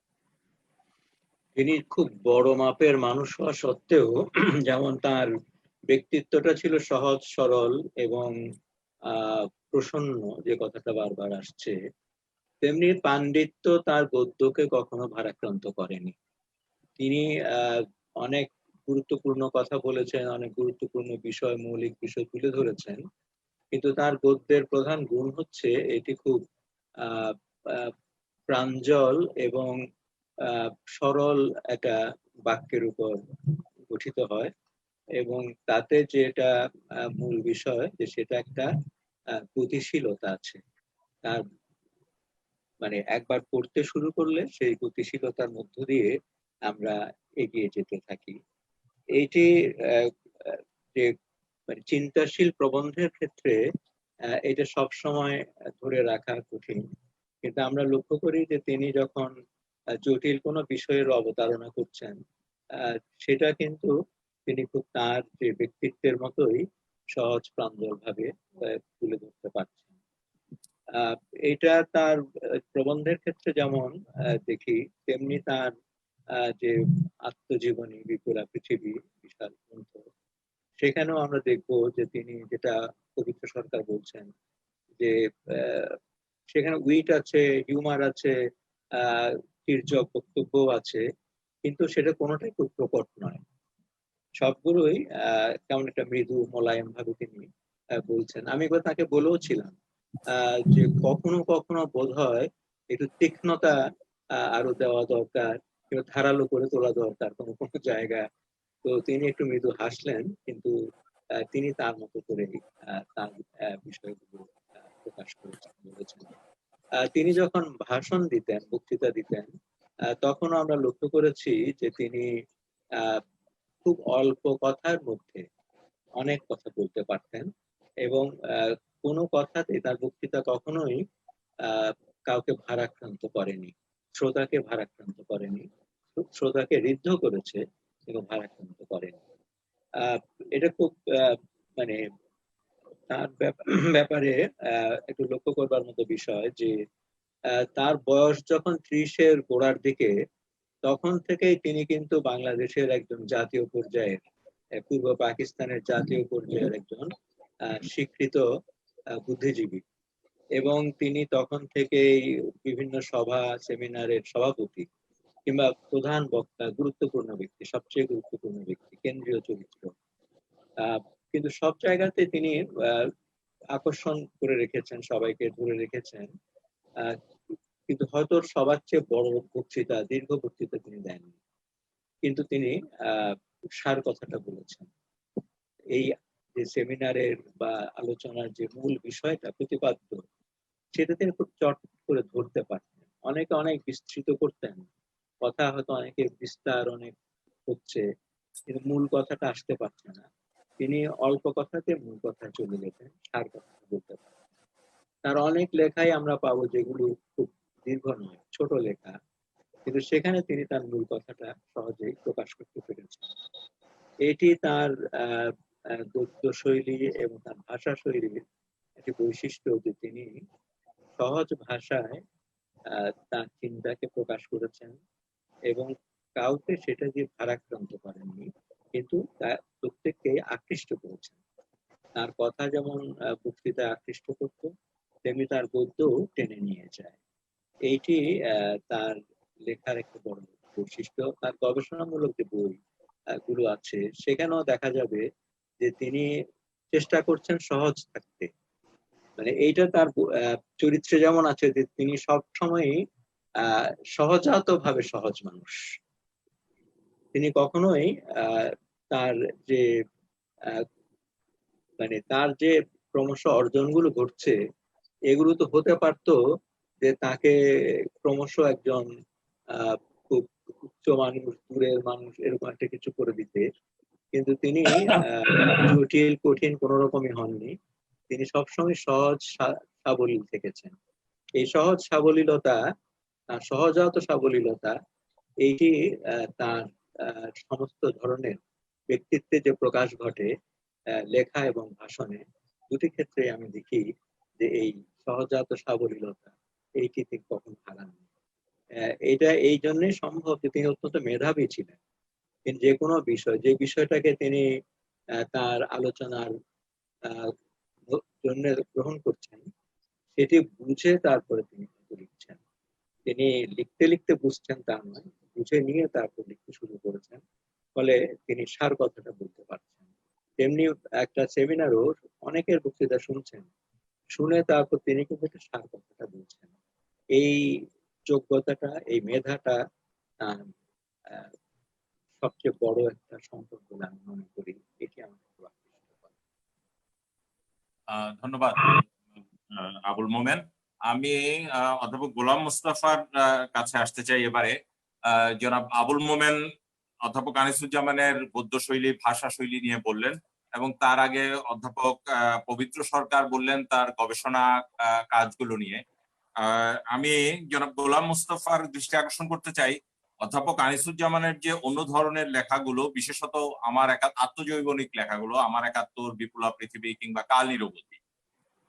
ভাষার ব্যাপারটা, গদ্যের ব্যাপারটা আমরা জানলাম, কিন্তু এই বইগুলোকেও, এই গ্রন্থগুলোকেও আমরা বলা হচ্ছে ইতিহাসের স্বাক্ষর, সময়কে ধরে রেখেছে বইগুলো, ইতিহাসকে ধরে রেখেছে। কিভাবে আপনি যদি বলেন? এটার একটা বড় কারণ হচ্ছে যে তিনি বাংলাদেশের ইতিহাসের সঙ্গে জড়িয়েছিলেন। ফলে তিনি যখন কোনো একটি ঘটনার বর্ণনা করেন তখন দেখা যাচ্ছে যে তিনি বাংলাদেশের ইতিহাসের যে ক্রম পরিণতি সেটাকে তিনি উল্লেখ করছেন, এবং তিনি নিজেকে খুব বেশি কিন্তু প্রকাশিত করতে চাননি। অনেকটা নিজেকে খানিকটা আড়ালে রেখে তার পাশের যে ঘটনাগুলো ঘটছে সেই ঘটনাগুলোকে তিনি বর্ণনা করার চেষ্টা করছেন। আরেকটি বিষয় হচ্ছে যে তিনি এই যে আত্মজৈবনিক যে রচনাগুলো আছে সেখানে কিন্তু তার কোনো কপটতা নেই। তিনি কিছু কিছু বিষয় আছে যেগুলো একজন শিক্ষক হয়তো প্রকাশ করতেন না তার ব্যক্তিগত জীবনের, তিনি কোথাও গেছেন, বেড়াতে গেছেন, সেখানকার ঘটনাগুলো, কিন্তু তিনি সেগুলো খুব নির্দ্বিধায় প্রকাশ করেছেন। আর যেহেতু তিনি বাংলাদেশের সবগুলো রাজনৈতিক ঘটনার সঙ্গে যুক্ত ছিলেন, 21শে ফেব্রুয়ারি আন্দোলন, তারপরে রবীন্দ্র জন্ম শতবার্ষিকী পালন, রবীন্দ্র বিরোধিতার বিরুদ্ধে প্রতিরোধ গড়ে তোলা, এবং তিনি আমরা দেখেছি যে তার যে প্রতিরোধ গড়ে তোলা তার পেছনে কিন্তু এক ধরনের চর্চার বিষয় আছে। তিনি রবীন্দ্রনাথ নামে একটি সংকলন করেছিলেন 1968 সালে। সেটি যেহেতু রবীন্দ্র বিরোধিতা চলছিল, তার বিরুদ্ধে বাঙালিদের, বিশেষ করে পূর্ব পাকিস্তানের যারা বাঙালি ছিলেন তাদের একটি প্রতিবাদ হিসেবে তিনি এই গ্রন্থটি সংকলন করেছিলেন। আর তিনি যখন মুক্তিযুদ্ধের ইতিহাসের সঙ্গে জড়িয়ে গেলেন তখন তিনি যে বিষয়গুলো লিখছেন সেই বিষয়গুলোতে আমরা দেখছি যে তিনি ঘটনার খুব অনুপুঙ্খ বর্ণনা করছেন, এবং বিভিন্ন জনের যে ভূমিকা আছে সেই ভূমিকাগুলোকে তিনি অত্যন্ত নিরপেক্ষভাবে প্রকাশ করছেন। এইটি আমার মনে হয় যে ইতিহাসের প্রতি তার যে একটা দায়িত্ববোধ, সে দায়িত্ববোধ আমরা সেখানে প্রকাশিত হতে দেখেছি। আমরা তার যে আত্মজীবনী রচনাগুলো আছে সেখানে আমরা এই বিষয়গুলোকে বিশেষভাবে লক্ষ্য করি। এবং তিনি একটি কথা বলতেন যে তার একটা ঝোঁক হচ্ছে, তিনি ইংরেজিতে বলেছিলেন কথাটি, যে ইন্টেলেকচুয়াল হিস্ট্রির প্রতি। এবং ইন্টেলেকচুয়াল হিস্ট্রি যখন তিনি লিখছেন একটি জাতির, তখন কিন্তু একটি জাতির মানুষ গঠন এবং মানুষ বিবর্তনের ইতিহাসটি তাকে দেখতে হয়েছে। এবং সেখানে কিন্তু অনেক ক্ষেত্রেই যিনি লিখছেন তার বিচার বুদ্ধি, তার মূল্যবোধ এবং তার পক্ষপাতিত্ব জড়িয়েছে। কিন্তু আনিসুজ্জামান এই ক্ষেত্রে অত্যন্ত নিরাসক্তভাবে একজন ইতিহাসবিদের যে ধরনের বস্তুনিষ্ঠ থাকা উচিত সেই ধরনের বস্তুনিষ্ঠতা তার মধ্যে আমরা লক্ষ্য করেছি। এবং যেটি চিন্ময় গুহ বলেছিলেন যে তিনি এনলাইটেনমেন্টের প্রতিনিধি, সত্যিকার অর্থে তিনি এনলাইটেনমেন্টের প্রতিনিধি। এবং তিনি যখন ইতিহাসের কথা বলেন তখন কিন্তু সেই ইতিহাসের পথ ধরে তিনি এনলাইটেনমেন্টের পথে পৌঁছতে চান, এটি ছিল তার কর্তব্য।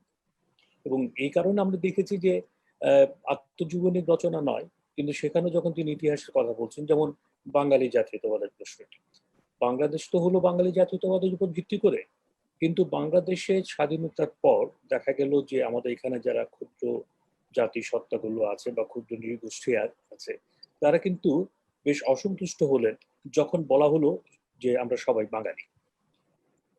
আনিসুজ্জামান তিনি কলকাতায় Maulana Azad institute for Asian studies একটি বক্তৃতা করেছিলেন, সেখানে তিনি প্রশ্নটি উত্থাপন করেছিলেন।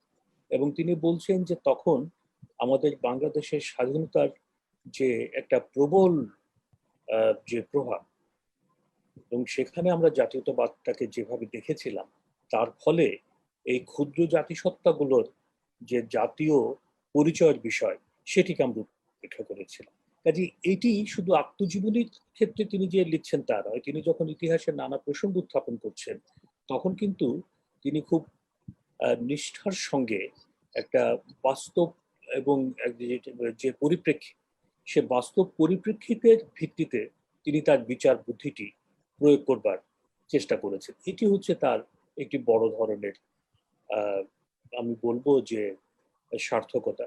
এবং তিনি, আমরা জানি যে মাঝে মধ্যে ইতিহাসের অনেক ঘটনাকে খুব রসিকতার সঙ্গে প্রকাশ করেছেন। আমার মনে আছে চট্টগ্রাম বিশ্ববিদ্যালয়ের একটি হলের ছাত্র একটি বাগান করেছিল, ফুলের বাগান। তাকে নেওয়া হলো সেই ফুলের বাগান উদ্বোধন করবার জন্য। তো তিনি বইটার শেষে ডেকে বলছেন যে আশা করি তোমরা এই ফুলের বাগান থেকে ফুল ছিঁড়বে না, কারণ কথায় বলে বন্যেরা বনে সুন্দর, শিশুরা মাতৃক্রোড়ে, পুষ্প উদ্যানে, সৈন্যরা ব্যারেকে। তখন এরশাদের সেনা শাসন চলছে। কাজে তিনি এইভাবে কিন্তু ইতিহাসের একটি বিষয়কে তিনি কটাক্ষ করলেন, সমালোচনা করলেন। এর ফল হলো এই, তিনি সরকারের প্রতিনিধি হিসেবে চট্টগ্রাম বিশ্ববিদ্যালয়ের সিন্ডিকেটের সদস্য ছিলেন। দুদিন পরেই সরকার তার সিন্ডিকেট সদস্য পদ বাতিল করলো, এবং পরে অবশ্য যেটা হলো চট্টগ্রাম বিশ্ববিদ্যালয়ের শিক্ষকরা একাডেমিক কাউন্সিল থেকে তাকে আবার সিন্ডিকেটে পাঠিয়ে দেন। কাজে তিনি যখন এই ইতিহাসের প্রসঙ্গ টানেন, সেটা আত্মজীবনীতে হোক কিংবা তিনি রসিকতার আঙ্গিকে হোক, তিনি একটু বস্তুনিষ্ঠতা বজায় রাখবার চেষ্টা করেছেন এবং ইতিহাসের একটি গন্তব্য তিনি দেবার চেষ্টা করেছেন। সুন্দর বললেন।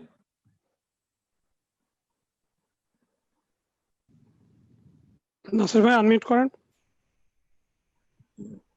হ্যাঁ, ধন্যবাদ অধ্যাপক গোলাম মোস্তফা।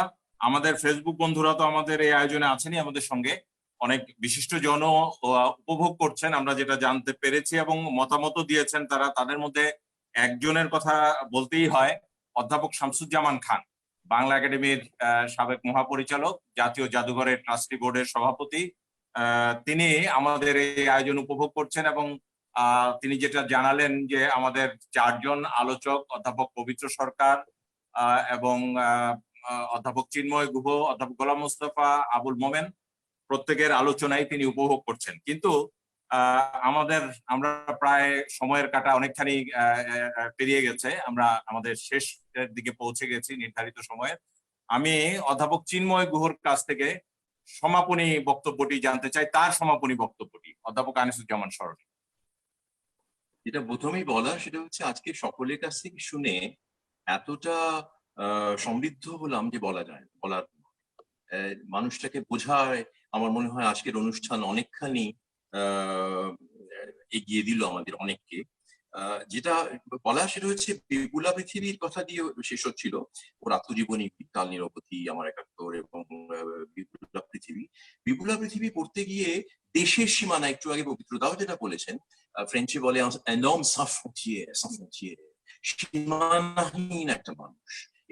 উনি তো ভারত বাংলাদেশের স্বাধীনতার পর যে ভাষ্য ডিসকোর্স নির্মাণে একজন প্রধান নির্মাতা, এতে কোনো সন্দেহ নেই। যেমন সংবিধানের বাংলার জিনিসটি তিনি উপস্থাপিত করেছেন এবং তার অবদান আমরা সবাই জানি। আত্মানুসন্ধানে তার ভূমিকার কথা সবাই জানি। তিনি একজন শিক্ষাবিদ ছিলেন, তিনি ছিলেন একজন শিক্ষা দার্শনিক, একজন ভাবুক। এবং অসহিষ্ণুতার বিরুদ্ধে আনিসুজ্জামান একটি নাম। তার সহজাত সাবলীলতার কথা বলা হলো, এত সুন্দর লাগলো। উদারতার কথা বলা হলো, তার নম্রতার কথা বলা হলো। যেটা আমি বলতে চাই, জাতীয়তা থেকে তার শিকড় ছিল গভীরে প্রথিত, আন্তর্জাতিকতার দিকে যে তিনি প্রবাহিত হলেন জীবনের চওড়া মোহনায় পৃথিবীর প্রান্তে, সেই জার্নিটা খুব গুরুত্বপূর্ণ মানুষটিকে বোঝার জন্য এবং বাংলাদেশের চিন্তার গভীরতার মানবতাকে বোঝার জন্যও আমার মনে হয় আনিসুজ্জামানের এই যাত্রাটি খুব গুরুত্বপূর্ণ। ডক্টর পবিত্র সরকার তিনি কয়েকবার ইন্ডিয়া অফিস লাইব্রেরিতে তার কাজের কথা বলছিলেন, অনেকেই আমরা সেটা জানি। একটা খুব গুরুত্বপূর্ণ কথা, উনি ফ্রান্স ভট্টাচার্যের সঙ্গে 18 শতকের শেষে ফোর্টুইলেম কলেজে নির্বাসিত একজন ফরাসি যুবক অগুস্তিন ওসান, তিনি বাংলা ফরাসি অভিধান লিখেছিলেন এবং সেটি উনি সংগ্রহ করে ফ্রান্স ভট্টাচার্যের সঙ্গে সম্পাদনা করেন। ভাবুন একবার যে কেরিরও আগে বাংলা এবং ফরাসি অভিধান তৈরি করা হচ্ছে এবং প্রথম বাক্যটি খুব ইন্টারেস্টিং, সিপা মোথাভাই, এটা আমার কাজ না। বাঙালিদের একটা অভ্যেস আছে, এটা আমার কাজ না, আমি অন্যের রাখবো। এটা দিয়ে শুরু হচ্ছে একটা অভিধান, একটা মানসিকতাকে যেন বুঝতে সাহায্য করছে সেই অভিধান। যেটা বলার কথা সেটা হচ্ছে যে হিউমার প্রচুর আছে এবং বিশ্লেষণ প্রচুর আছে। কলকাতা শহরে উনি সবসময় যে নম্র সবসময় থাকতেন তা নয়, যখন প্রয়োজন ছিল তখন তা বলতে পারতেন। আমার মনে আছে বাম শাসনের শেষ দিকে যখন বাম চিন্তা থেকে মানুষ বিচ্ছিন্ন হতে শুরু করেছে, তিনি যেন তার টের পেয়েছিলেন এবং পশ্চিমবঙ্গ বাংলা একাডেমিতে একটি জ্বালাময়ী বক্তৃতা দিয়েছিলেন, এই মানুষ থেকে বিচ্ছিন্নতা সম্পর্কে সাবধান করুন। এই বক্তৃতাটি আমার স্পষ্ট মনে আছে। একেবারে সেখানে উনি তার নম্রতার আবরণ সেখানে ছিল না, সেখানে উনি সাবধান বাণী উচ্চারণ করেছিলেন এবং অনেক প্রচুর সূক্ষ্ম হিউমার আছে। একটা জায়গায় উনি বলছেন যে সিরাজুর রহমানের বাড়িতে উনি উঠেছেন লন্ডনে, তখন তিনি প্রবলভাবে আওয়ামী লীগ বিরোধী। সে কথাটা লোকের ভালো লাগছে না যে উনি ওখানে গেছেন, সে কথাটাও তিনি কিন্তু বিপুলা পৃথিবী শেষে করেছেন। অর্থাৎ আত্মবিশ্লেষণও চলছে, সেলফ ক্রিটিসিজম। এবং শেষ হচ্ছে এইভাবে, কথা ফুরায় না, সময় ফুরিয়ে যায়, লেখায় ছেদ টানা যায়, জীবন কিন্তু প্রবহমান, জীবন ক্রমাগত সামনের দিকে চলে, আমাদের পথ চলা এক সময় থেমে যায়, জীবন থামে না, এগিয়ে যাবে। কিন্তু আনিসুজ্জামানের মতো উদার, নম্র, মানবতাবাদীকে আমরা আমাদের ভাষার শরীর হিসেবে দেখছি। ধন্যবাদ অধ্যাপক চিন্ময় গুহ। জীবন থামবে না, এগিয়ে যাবে। অধ্যাপক আনিসুজ্জামান থাকবেন আমাদের সঙ্গে। আমি সাংবাদিক, সাহিত্যিক এবং শিক্ষাবিদ জনাব আবুল মোমেনের কাছ থেকে শেষ কথাগুলো শুনতে চাই। জনাব আবুল মোমেন। শেষ কথাটা খুব একটা আশাবাদ দিয়ে বা তার প্রতি শ্রদ্ধা জানিয়ে শেষ করাটাই মানে রেওয়াজ। তবু আমি একটু বলতে চাইছি যে জীবনের শেষের দিকে এসে তার কণ্ঠে নানা রকম হতাশার কথা শুনেছি। আমরা একসাথে একটা কাজ করতাম শিক্ষা নিয়ে, আমাদের একটা ট্রাস্ট আছে বিদ্যাসাগর রোকেয়া শিক্ষা ট্রাস্ট। এটি তিনি সভাপতি, আমি সম্পাদক। তো বিভিন্ন সময় এই সভাতে আমরা একসাথে বসতাম। তো প্রথম কথা হচ্ছে যে বাংলাদেশ যে লক্ষ্য স্বপ্ন নিয়ে গড়ে উঠেছিল, ভাষা আন্দোলন থেকে তিনি যে যুক্ত ছিলেন, যে পথে তার যাত্রা, আমরা যেন সেখান থেকে বিচ্যুত হয়েছি। 2001 সনে নির্বাচনের পরে বাংলাদেশে যে ধরনের সাম্প্রদায়িক কিছু আহ, ঘটনা ঘটেছে, সহিংসতা হয়েছে, তারপরেও আমরা তার নেতৃত্বে রুখে দাঁড়াও বাংলাদেশ এই শিরোনামে একটি মঞ্চ তৈরি করেছিলাম এবং বিভিন্ন এলাকায় গেছি। প্রত্যন্ত অঞ্চলেও তিনি সেই সময় গেছেন, তারপরেও গেছেন। ওই একটি কথা থাকতো যে আমরা তো একটা অসাম্প্রদায়িক বাংলাদেশ করতে চেয়েছিলাম, কিন্তু ক্রমেই আমরা দেখছি যে যেন একটা ধর্মান্ধতার শক্তি ক্রমশ মাথাচাড়া দিচ্ছে, জোরালো হয়ে উঠছে। এবং এইখানে বলা হয়েছে যে তিনি পরিবেশ সম্পর্কে, উষ্ণায়ন সম্পর্কেও সচেতন ছিলেন। তিনি যে বাংলাদেশটা তৈরি হয়েছে বাংলা ভাষাকে কেন্দ্র করে, বাংলা ভাষার প্রতি আবেগ নিয়ে, সেই বাংলাদেশে ক্রমেই বাংলা ভাষার চর্চা পিছিয়ে যাচ্ছে এবং ইংরেজি মাধ্যম স্কুলের একটা রমরমা তৈরি হয়েছে। সেটা হচ্ছে বড় কথা, যেটা যে বাংলা বই পড়ার আহ অভ্যাসটা আর গড়ে উঠছে না। নতুন প্রজন্মের ছাত্রছাত্রীদের মধ্যে বই পড়ার অভ্যাস গড়ে উঠছে না, বিশেষত বাংলা বই, বাংলা সাহিত্য পাঠ। এইগুলো নিয়ে কিন্তু একটা আফসোসের জায়গা তৈরি হয়েছে। ফলে তার প্রতি যদি আমরা সত্যি শ্রদ্ধাশীল হই, তার কাজের প্রতি, তার যে অঙ্গীকার, সেগুলোর প্রতি যদি আমাদের শ্রদ্ধা থাকে, তাহলে এই যে পথচ্যুত হতে চলা বাংলাদেশ, কিংবা তিনি যে মানবিক, উদার এবং একটা বিশ্বের কথা চিন্তা করেছিলেন, যেখানে হানাহানি কমবে, যেখানে সম্প্রীতি থাকবে, যেখানে সমঝোতা থাকবে। আমরা আজকে সংকটের মুহূর্তে দাঁড়িয়ে, গভীরতর সংকটের মধ্যে দাঁড়িয়ে আমাদের এই কথাগুলো আবার ভাবা দরকার যে আনিসুজ্জামান যে স্বপ্ন নিয়ে জীবনটা শুরু করেছিলেন, সেই স্বপ্ন কিন্তু বাস্তব জগতে তিনি হয়তো খ্যাতি অর্জন করেছেন, প্রতিষ্ঠিত হয়েছেন, কিন্তু তার জীবনে একটা আফসোস নিয়ে গেছেন যে তিনি যে বাংলাদেশ চেয়েছিলেন, তিনি যে বিশ্ব চেয়েছিলেন, তিনি যে মানব জাতির বাস্তবতা চেয়েছিলেন, সেখান থেকে আমরা অনেক দূরে সরে গেছি, আমরা অনেক সংকটের ভিতরে যাচ্ছি। তো সেই দায়িত্বটা সেই দায়িত্বটা আমাদের বোধ করতে হবে যে আমাদের একটা অসাম্প্রদায়িক, একটি মানবিক, এই যে এনলাইটেনমেন্টের কথা বলা হচ্ছে, সেই একটা এনলাইটেন্ড সোসাইটি গড়ে তোলা। মনে পড়ছে আমার ইমানুয়েল কান্টের যে এনলাইটেনমেন্ট ছোট্ট বইটি আছে, সেখানে তিনি বলছেন যে একটা ম্যাচিওর সোসাইটি হচ্ছে সেইটি যেখানে হেলদি স্কেপটিসিজমের জায়গা আছে। তা আমরা এমন একটা অসহিষ্ণুতার মধ্যে যাচ্ছি যেখানে সংশয় প্রকাশ করা, নিজের জিজ্ঞাসাকে প্রকাশ করার জায়গাগুলো ক্রমশ কমে যাচ্ছে। এবং আমরা দেখছি যে অত্যন্ত মানে দৃশ্যত একটা গণতান্ত্রিক সরকার, দৃশ্যত একটা গণতান্ত্রিক বা মানবিক সরকার, কিন্তু কার্যত ক্রমেই সেগুলো পরিস্থিতি তাদেরকে নিয়ে যাচ্ছে একটা ক্ষমতাধর জায়গায়, এটা মানে অথরিটারিয়ান, কর্তৃত্ববাদী শাসকের দিকে নিয়ে যাচ্ছে। এই যে ঘটনাগুলো ঘটছে, এগুলো কোনোটাই আনিসুজ্জামান চাননি। তার স্বপ্নের বিশ্ব, তার স্বপ্নের বাংলাদেশ থেকে আমরা সরে গেছি। আমি বলবো যে তার প্রতি শ্রদ্ধা জ্ঞাপনের এটি হবে কাজ, যে আমরা আবার ফিরে এই বাংলাদেশকে, এই বিশ্বকে মানবিক করে গড়ে তোলা, এই বিশ্বকে মানুষের জন্য বাসযোগ্য করে গড়ে তোলা, এটি হবে। ধন্যবাদ জনাব আবুল মোমেন, ধন্যবাদ। অধ্যাপক গোলাম মোস্তফার কাছে তার সমাপনী কথা শুনতে চাই, একটু সংক্ষেপে হলে ভালো হয়, আমরা শেষ দিকে চলে এসেছি। আমি জনাব আবুল মোমেনের সঙ্গে একমত যে আনিস স্যারের জীবনের শেষ দিকে একটু হতাশার ভাব দেখা গিয়েছিল।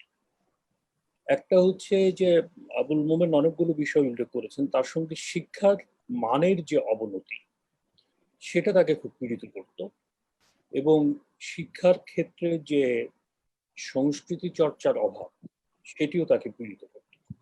তিনি সবসময় বলতেন যে আমি শিক্ষক হিসেবেই থাকতে চেয়েছি, তাকে যখন শিক্ষা সচিব হতে বলা হলো তিনি রাজি হন, কিন্তু তিনি পরে এক সময় বললেন যে এখন আমার মাঝে মধ্যে আক্ষেপ হয় এই শিক্ষা প্রতিষ্ঠানগুলোর জন্য, ছাত্রদের জন্য।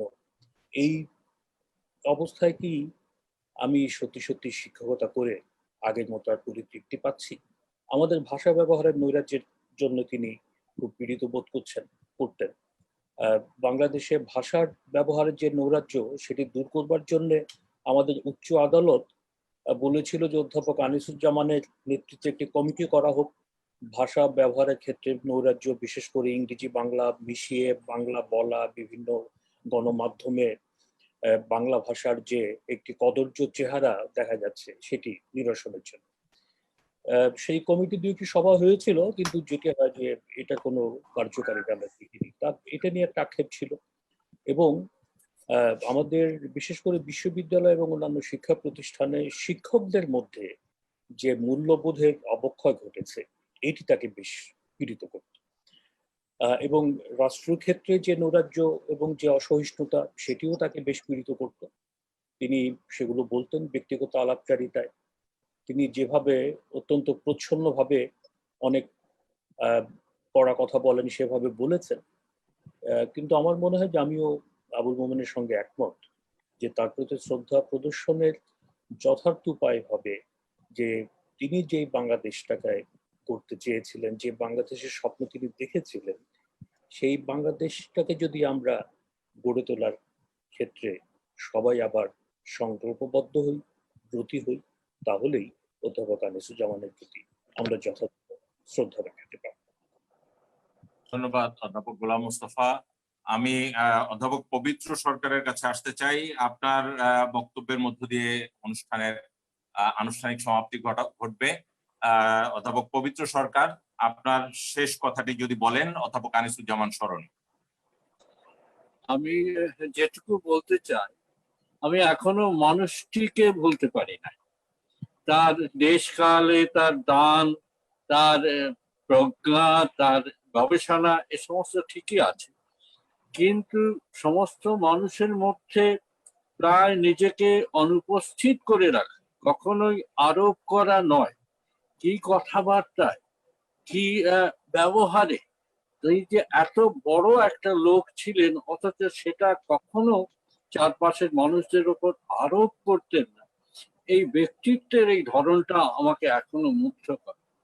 আমি জানি না, নিশ্চয়ই তার মতো গবেষণা কেউ করবেন বা তার মতো অন্যান্য জাতীয় দেশের আন্তর্জাতিক কাজ নানা লোক নানাভাবে করবে, কিন্তু আমি এই মানুষটিকে এখনো ভুলতে পারি না যে সকলের কাছে তিনি নিজেকে দিতেন, কখনো সময়, নিজের কাজ, সমস্ত কিছুকে বেশি মূল্যবান মনে করতেন না মানুষের কাজের চাইতে। অথচ তার উপস্থিতি কখনোই আমাদের কাছে মনে হতো না পীড়াদায়ক বা ওপর থেকে চাপানো হচ্ছে। তিনি খুব সহজে দীর্ঘ বক্তৃতা না করে একদম সহজে বিষয়টার মধ্যে চলে যেতেন, সমস্ত কথা গুছিয়ে উপস্থাপন করতেন, আবার সেই রকম নিঃশব্দ হয়ে যেতেন। তার এই নিঃশব্দ উপস্থিতি আমাকে চিরকাল মুগ্ধ করত। ধন্যবাদ অধ্যাপক পবিত্র সরকার, এবং ধন্যবাদ জনাব আবুল মোমেন। অধ্যাপক গোলাম মোস্তফা ছিলেন আমাদের সঙ্গে এবং অধ্যাপক চিন্ময় গুহ। আপনাদের প্রত্যেককে ধন্যবাদ, কৃতজ্ঞতা আমাদের আজকের আয়োজনে যুক্ত হওয়ার জন্য। এবং নিশ্চয়ই অধ্যাপক আনিসুজ্জামান যেটি পবিত্র সরকার কথা শেষ করলেন, উনি অধ্যাপক আনিসুজ্জামান আমাদের সঙ্গে থাকবেন, আছেন, এবং তার আলোয় আমরা পথ চলবো আগামীর যে কোনো সংকটে উত্তরণের দিশা খুঁজে পাবো। ফেসবুক বন্ধুরা, আপনাদের প্রত্যেককে ধন্যবাদ ও কৃতজ্ঞতা জানাই এই সময় আমাদের সঙ্গে যুক্ত থাকবার জন্য। এতটা সময় আশা করি ভবিষ্যতে এরকম আরো আয়োজনে আপনাদের সঙ্গে পাবো। মম জীবন যৌবন মম অখিল ভুবন, তুমি ভরিবে গৌরবে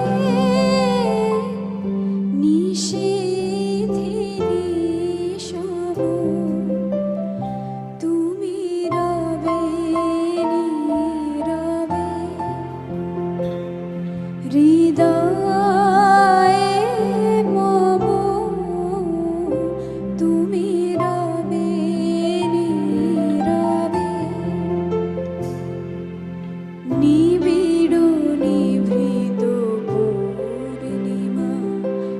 নিশি